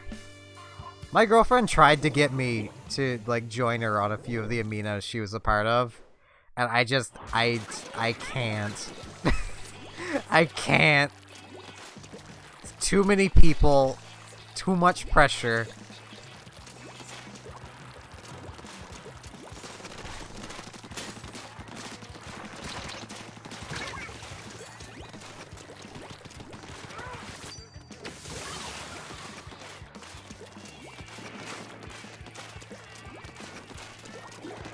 Ow.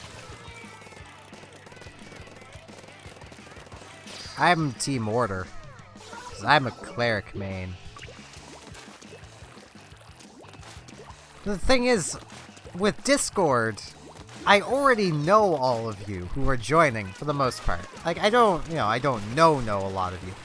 But I know for, at the very least, I know a little bit about each of you who joined the Discord. Which, anyone interested, there's a Discord linked down in the description on YouTube and in the info on Twitch. I am dual streaming still. I am live on both. But, like, I already kind of know all you guys, and you guys all already kind of know me. So, ow. It doesn't make it, like, as weird for me. And I don't get as anxious talking on, like, the Discord as I would, like, if I were to just, like, say join the Splatoon Amino, which has thousands of people in it. A lot of which I would not probably get along with well. I mean, I like role-playing. I don't get to do it that often because Robotic doesn't roleplay with me much. I don't have anyone else to roleplay with. But, you know.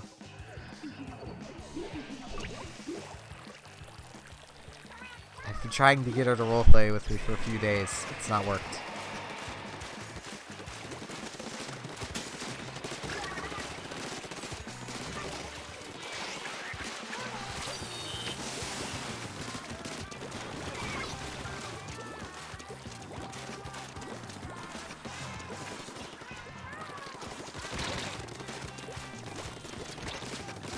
Ow.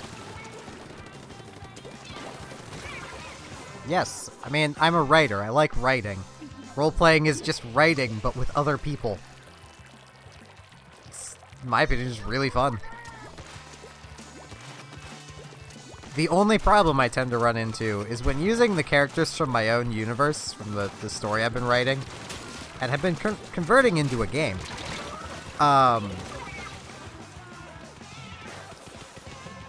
A lot of my characters are very overpowered. Because the universe they're from is... well, the universe itself is a powerful universe. So think of it overpowered in the way that, like, Dragon Ball Z characters are overpowered. They're not so overpowered in their own universe, but if you take them out of that universe, they're broken. Like, one of my characters that, I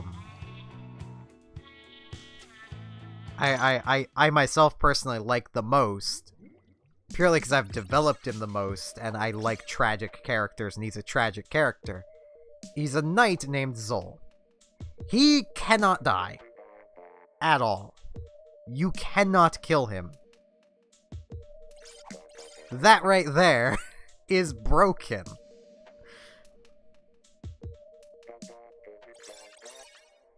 You can still hurt him, you can still knock him down, which is why he's not completely broken. But he's legitimately cursed so that he can never die.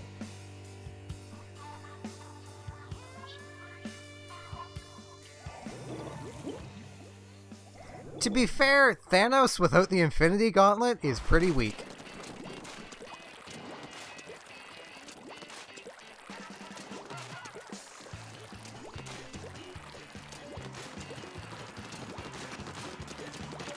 He cannot lose consciousness. He can't sleep either, that's part of his curse.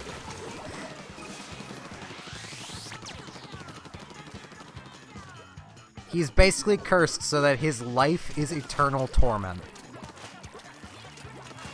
Because in my universe, every possible element has a lord for it. Effectively, the best way to put it is every element has a god. He served the Lord of Darkness. And turned on the Lord of Darkness.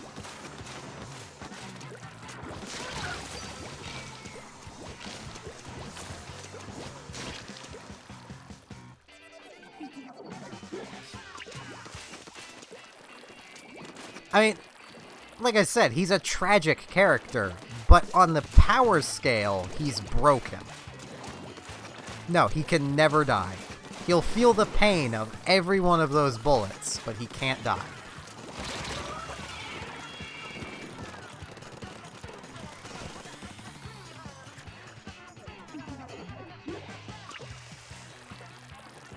I basically wrote his story like it's a Greek tragedy, minus the happy ending. Because he's not met the end of his story yet, I've not wrote it. He'll probably get a happy ending, but he's definitely probably never gonna lose the curse.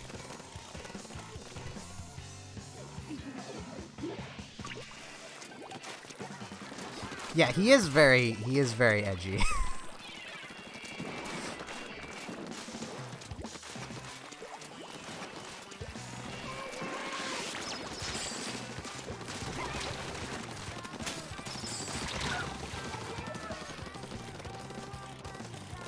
Well, I can't even say he's exactly that edgy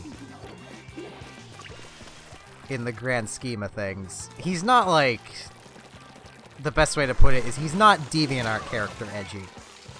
He's more well-written edgy.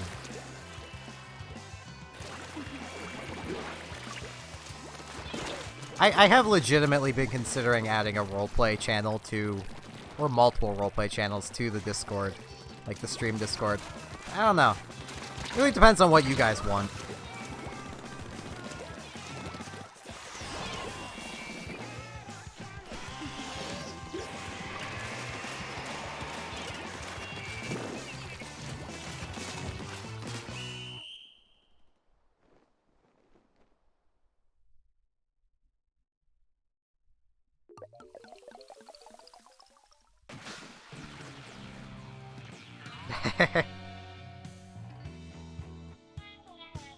It is really fun.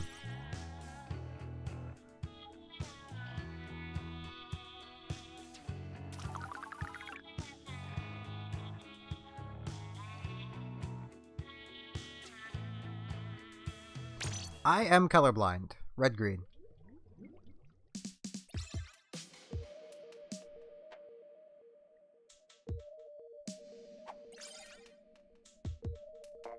I mean, people could probably try and give Zola a hug, but he probably wouldn't accept it. At all.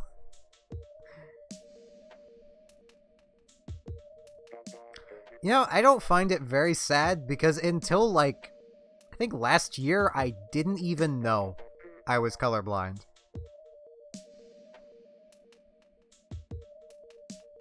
I just legit thought that's how colors looked.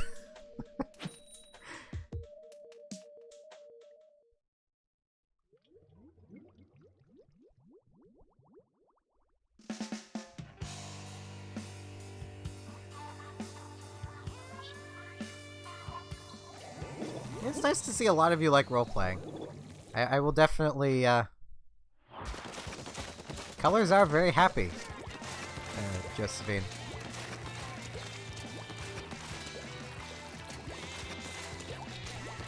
It's nice to know you're happy, Agent X.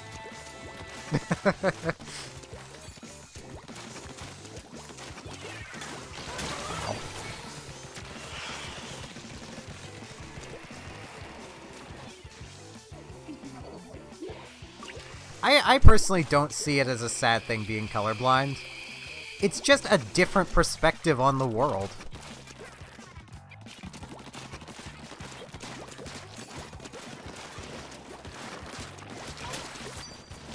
Ow.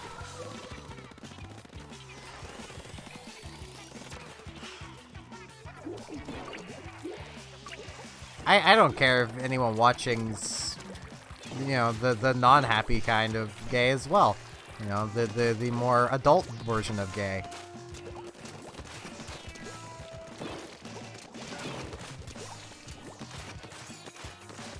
One may never know. I mean, I've casually mentioned it a few times before, but I'm bi, so I couldn't care what anyone here is. Ow. This is an inclusive stream.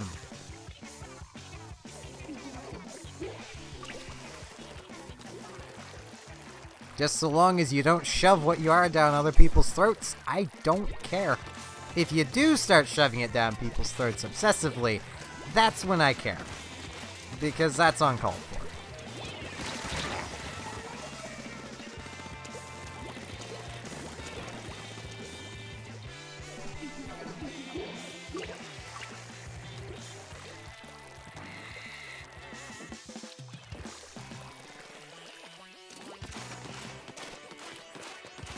I'm assuming I was probably colorblind for a very long time of my life as well.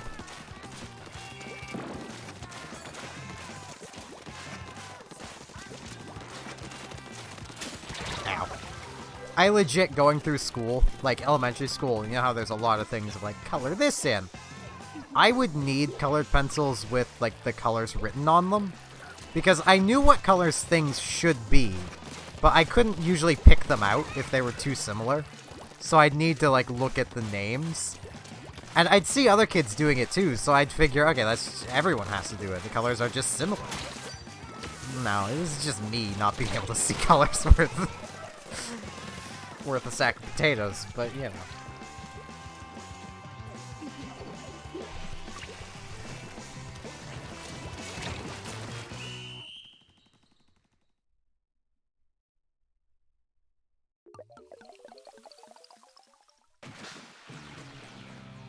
Alright, Stardust, have a good night. Or day, or whatever it is for you. It's technically morning for me. So it's 2:15. Oh, 16 a.m.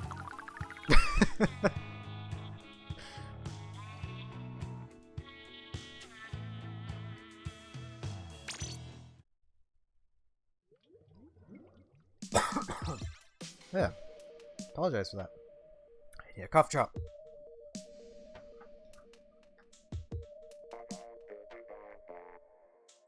My throat's getting a little sore.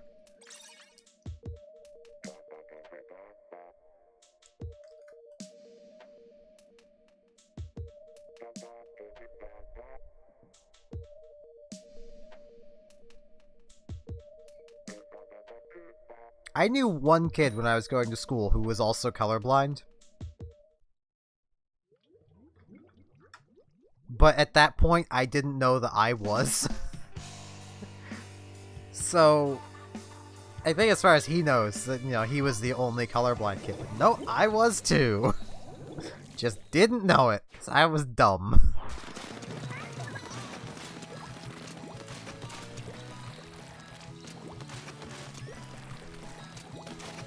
For the longest time, I was actually playing Splatoon without the color lock.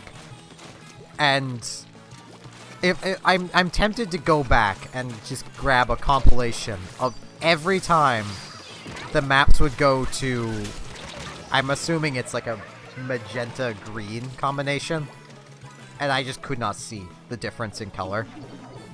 I could tell who the bad guys were because they were shooting at me, but that's that's about it. That's as far as I could go. Ow.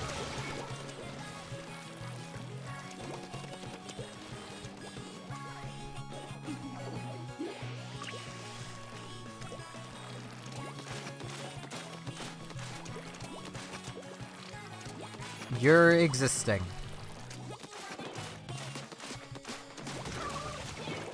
It's a wonderful thing.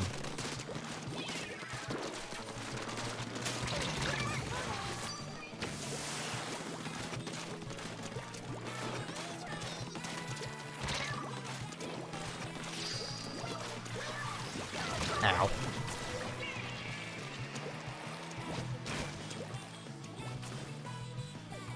I also need to at some point go through and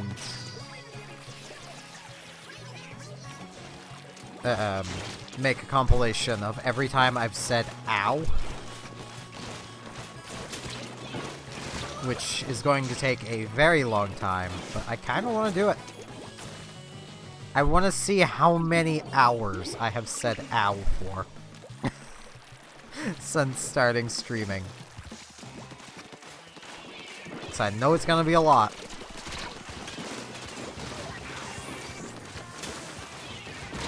Ow. There's another. It's muscle memory. I can't help it.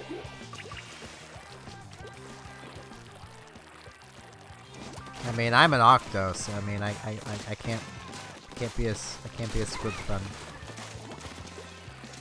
Which reminds me, I have a singular Splatoon character I've made, who I made mostly as kind of a joke character, but he works. He's a jellyfish named Sushi, whose pure existence is to move the plot forward.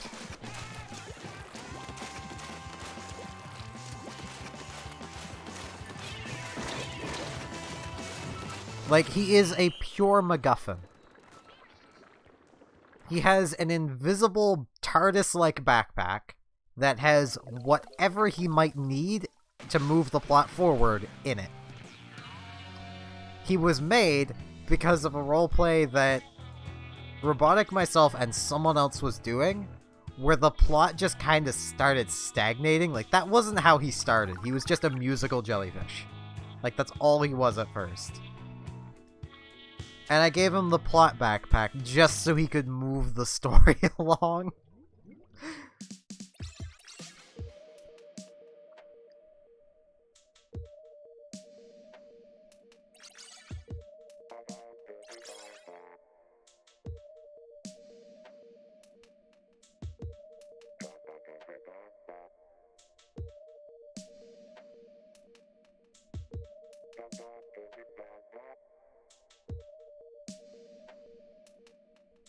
I mean, he's basically, you know, he's liked by both Inklings and Octolings because he's learned both styles of music. He carries every instrument possible in his invisible backpack, can play them all. He's very much just a MacGuffin. Like, he can't progress like a fight scene. He could never take part in a fight. But he exists. He can move the plot forward. Which honestly keeps him balanced while making him broken at the same time.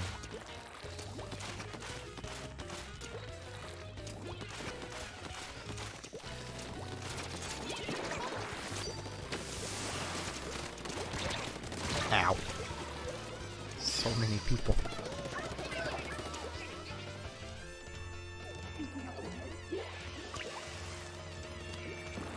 I mean, I basically, when, like, Robotic wanted me to make, for those who don't know, Robotic's my girlfriend. She wanted me to make a Splatoon character so that we could do a Splatoon roleplay. And I'm like, okay, well, I don't like the standard Splatoon OC, and I didn't want to effectively just be my in-game character here.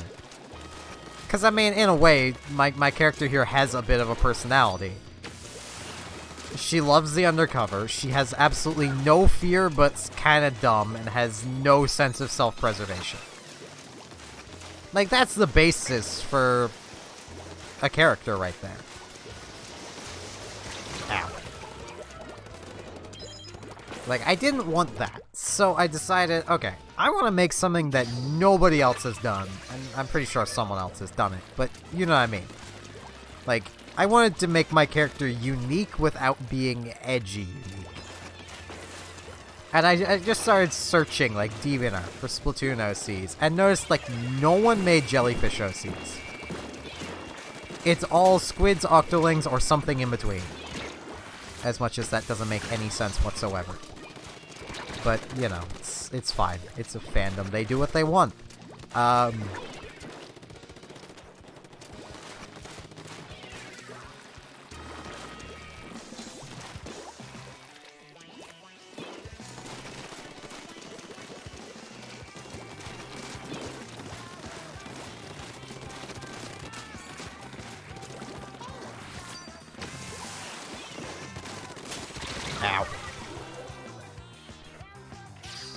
So I made my musical jellyfish, because like most Splatoon OCs seem to be, well, standard characters. Like, you know, basically people just make themselves, like, their player character as their OC.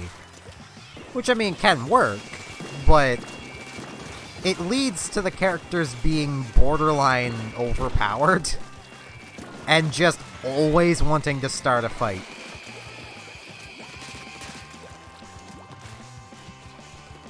Blobfish OC would be kind of neat.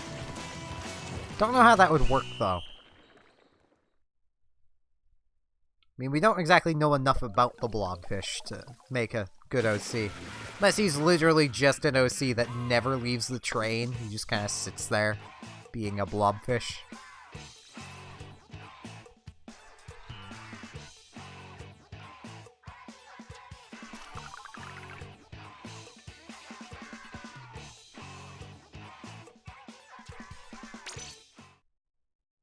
Also, please don't remind me of stretching.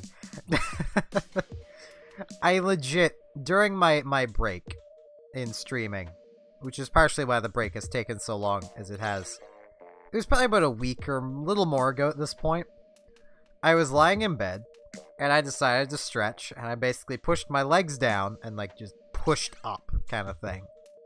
Like, bent my legs and pushed up.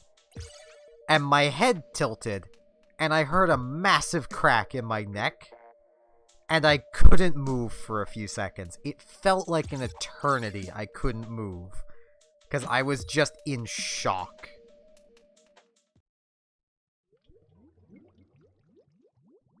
And then I could start moving, but everything about moving my left arm and moving my head to the left hurt a lot. As far as I can tell, I pulled a muscle by cracking my neck. For a little bit, though, I was legit worried I had done serious damage to my neck.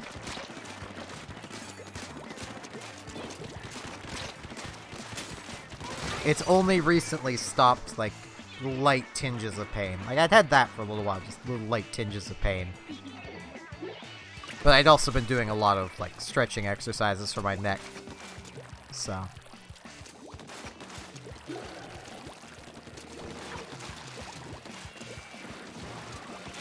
It was terrifying. It's coming from someone who doesn't get scared by things easily.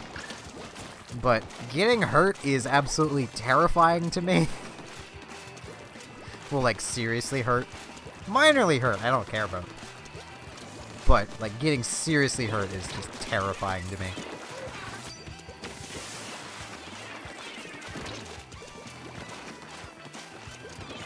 Ow.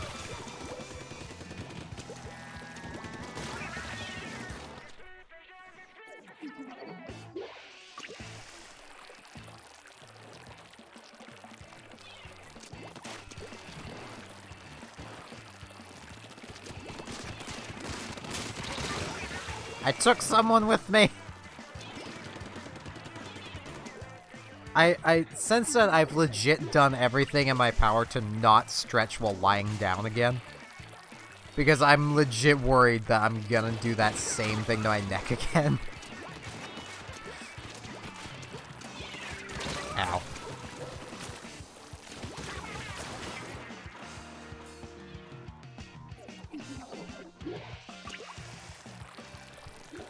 I like spooky stories.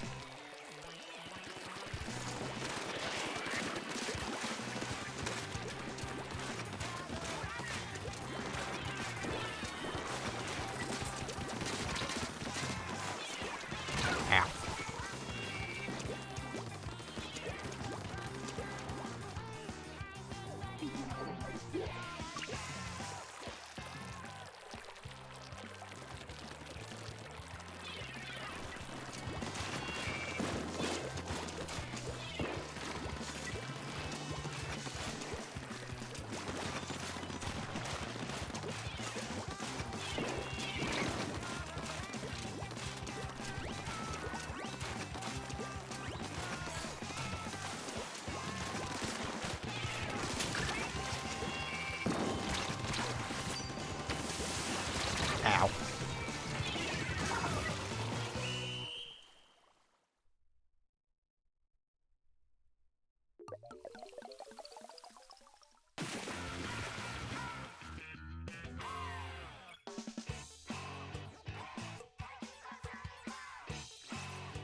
I have so many characters. I could probably spend the next hour just listing off a lot of my characters and just giving the brief explanation of them. Without even getting to the few characters I've made for things other than my own stories. A lot of my characters also have very generic names. A lot of them are based on elements, because they're elemental lords.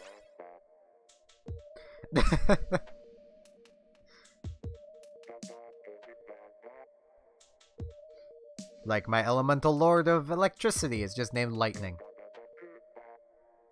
It just made sense to, like, 8-year-old me when I designed that. Because it's been something I've been working on for years.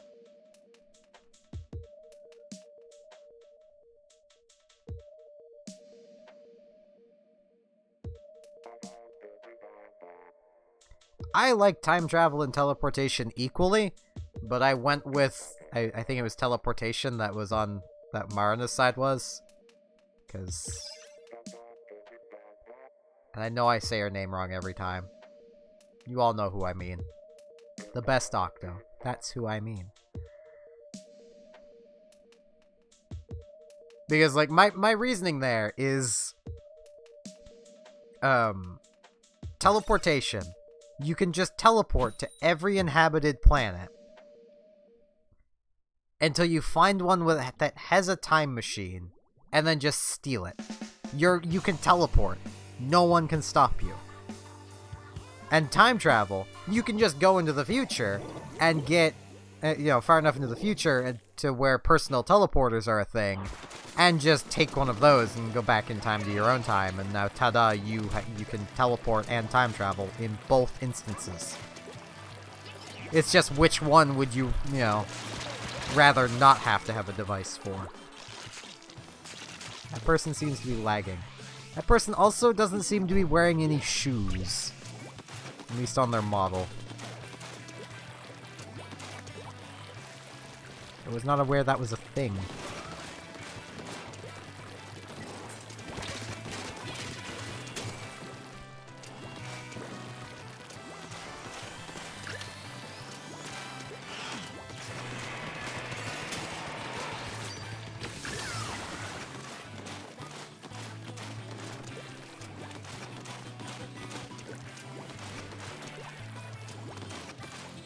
Oh, okay.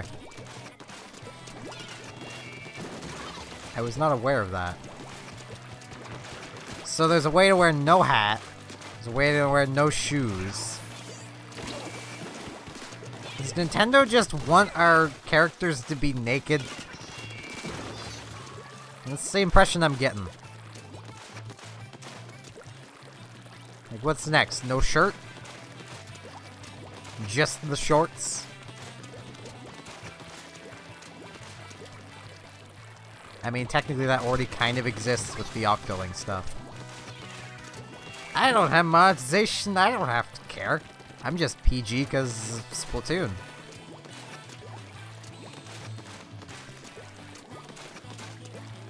I mean, legitimately, the story mode in Splatoon, if you take enough damage, your clothes just explode off. Which has led to a, albeit silly theory of mine, of that is how Octolings reproduce. They use male Inklings and reproduce. That's why there is only female Octolings. Can guarantee that's not Nintendo's thinking, but it's a silly theory. What can I say? I like silly theories.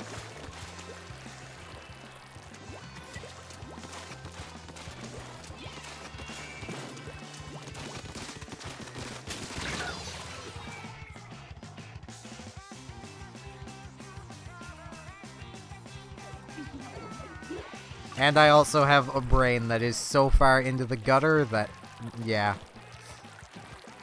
If I were to, let my brain run free,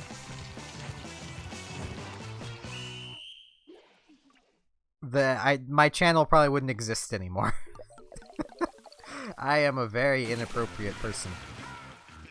Yeah, there's male Octolings now, but like this is a theory before male Octolings, and technically, the only male Octoling other than them is Octavio. And the Octolings that do, like the playable Octolings, are not the same species of Octoling that is in Octo Valley. They are a completely different species.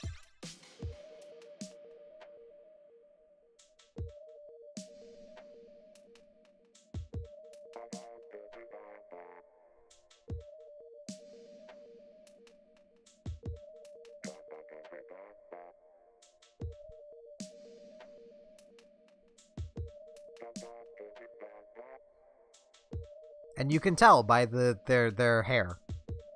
The playable Octolings have the little circles.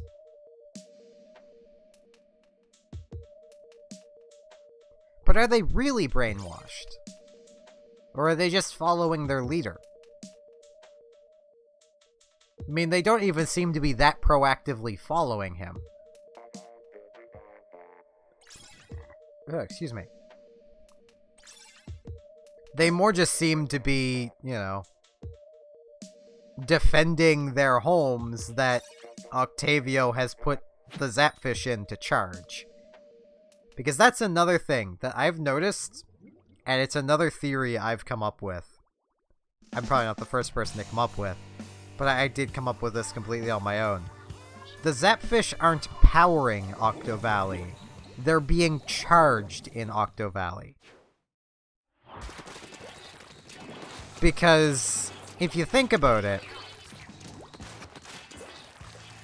if they were powering Octo Valley, the plushies wouldn't work in their place. But they do. Power is shunted into the plushies. Which has me thinking there's batteries inside the plushes that are being charged that are just not as good as Zapfish themselves. There's no guarantee of that, as the Zapfish were probably just a native species.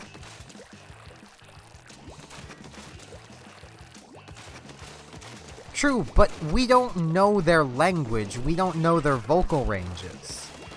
Was that screaming of terror, or was that screaming of joy? Was that technically screaming at all?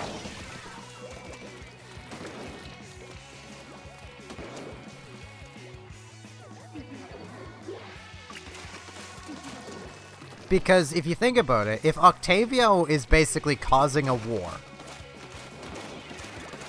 and, you know, causing the Octolings' homes to be basically trampled through by an angry inkling that wants their, their batteries back, then you're gonna be really excited if you're one of those Octolings.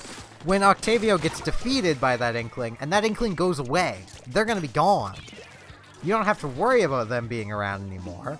And you don't have to worry about Octavio ordering you to go out and get splatted again. I mean, you'll respawn, but I doubt being splatted feels all that great.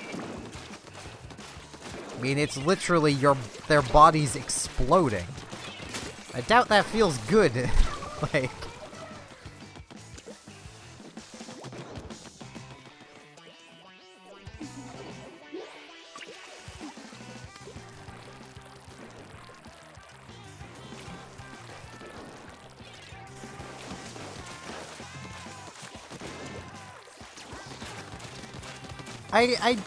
They're definitely powered by something. I just think that regular batteries can fill the same role as a Zapfish, which is why, once again, the Zapfish plushies exist. They're basically plushy battery packs. Presumably created by the Squidbeak Splatoon as a way of de-escalating tensions between the two nations of the Inklings and the Octolings.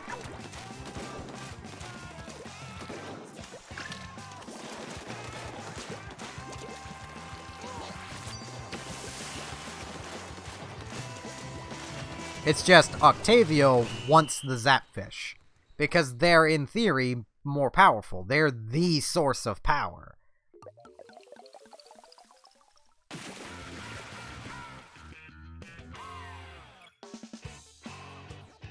I wouldn't think so, Clouded Star.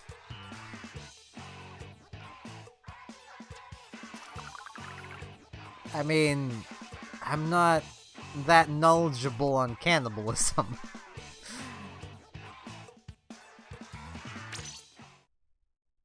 Yeah, it's very likely Octavio is either a not as mutated Octoling / octopus, or is just a different species entirely. Like, it's just a larger species. Either that, or he just really likes staying in his octo form.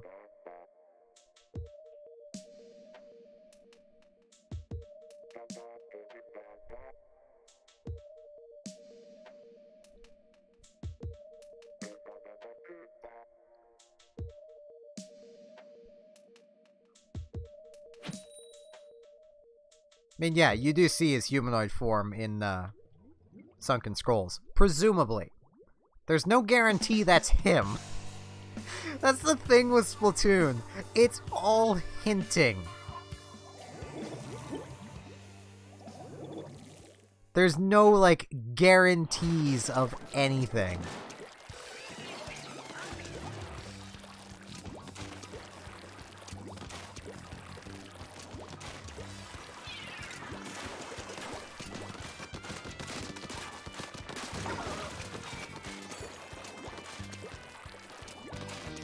I'm not gonna make it. They're gonna respawn.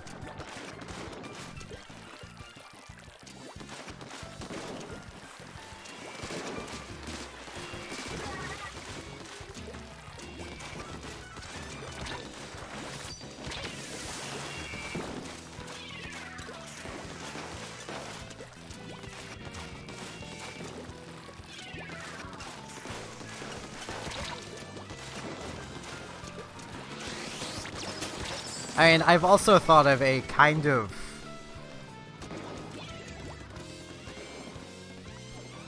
sad reason for why, like, Octavio keeps fighting. Like, keeps starting, wars and kidnapping Captain Cuttlefish. He wants his friend back.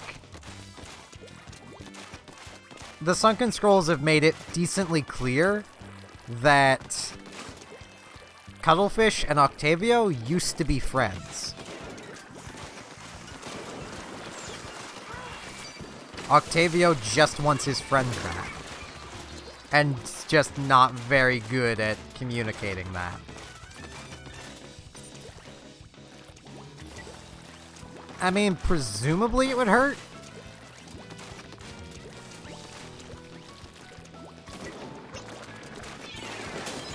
Ow.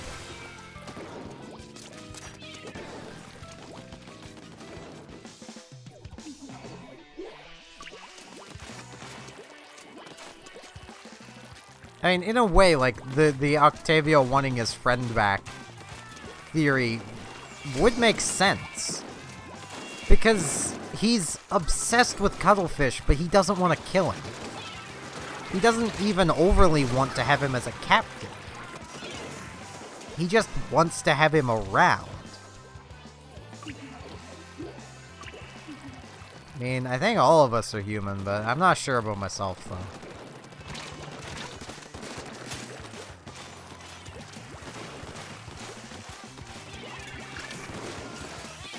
Ow. Z-bombs are like nightmares to undercovers.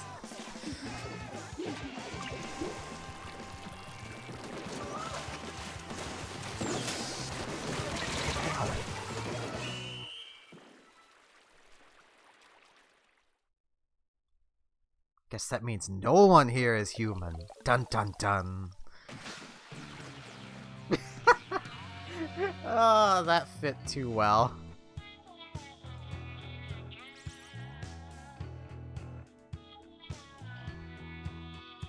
Me, dun dun dun. The game, dun dun dun.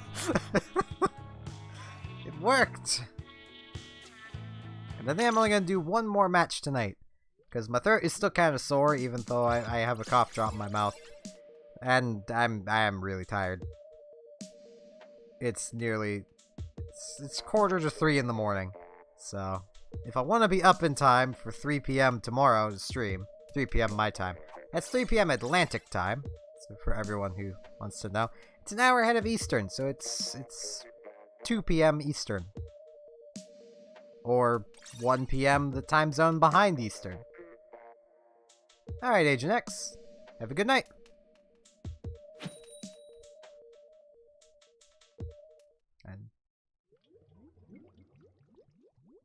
And yeah, it's oh jeez, what would it be? That'd be 11 a.m. for you, wouldn't it, Jaden's? The stream starting time. Day streams.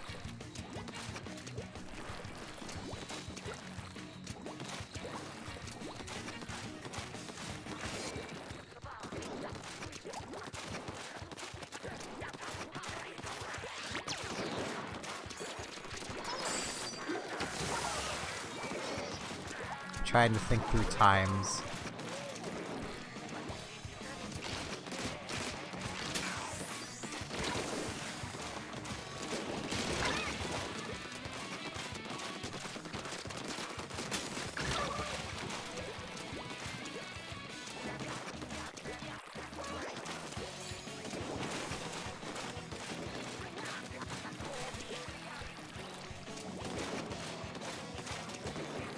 For how I've been sleeping recently, I probably should already be asleep, but streaming's more fun than sleep.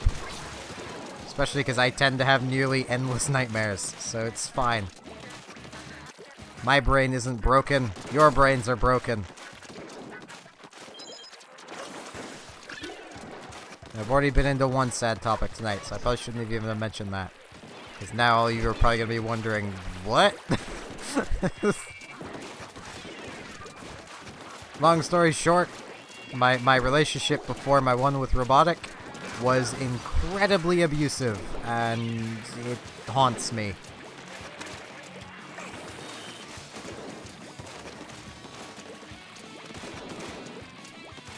I mean, there was more to it than just abuse. Which is really the part that haunts me. But, you know. The brain. There's no need to apologize. It's not like any of you were the person doing it. So, I said hope not. If she's here, that'd be absolutely terrifying. Especially because she knows where I live, which is the even more terrifying part.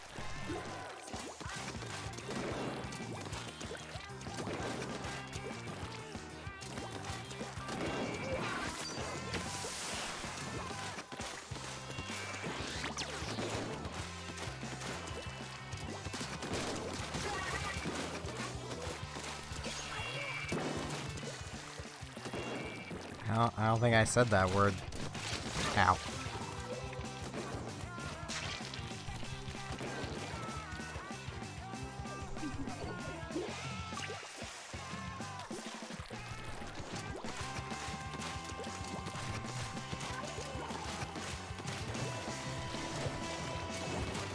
Oh, well, fair enough.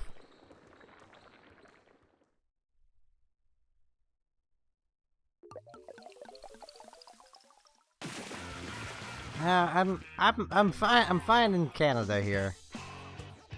I don't think the U.S. would exactly accept me. I'm not the biggest fan of your Cheeto, and I wasn't a fan of the lady who was running up against the Cheeto.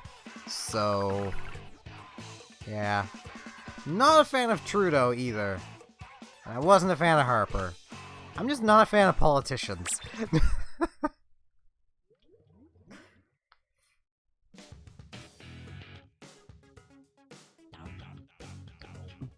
But yeah, that's gonna be it for the stream tonight. As I mentioned before, there is a Discord, should any of you wish to join it. Discord is a chat program, where you could chat with people. The stream has one. If you want to keep up with the stream, I tend to announce there when I'm going live, so you don't need to rely on YouTube's unreliable notification system if you want notified. As mentioned, I might possibly be starting RP channels there.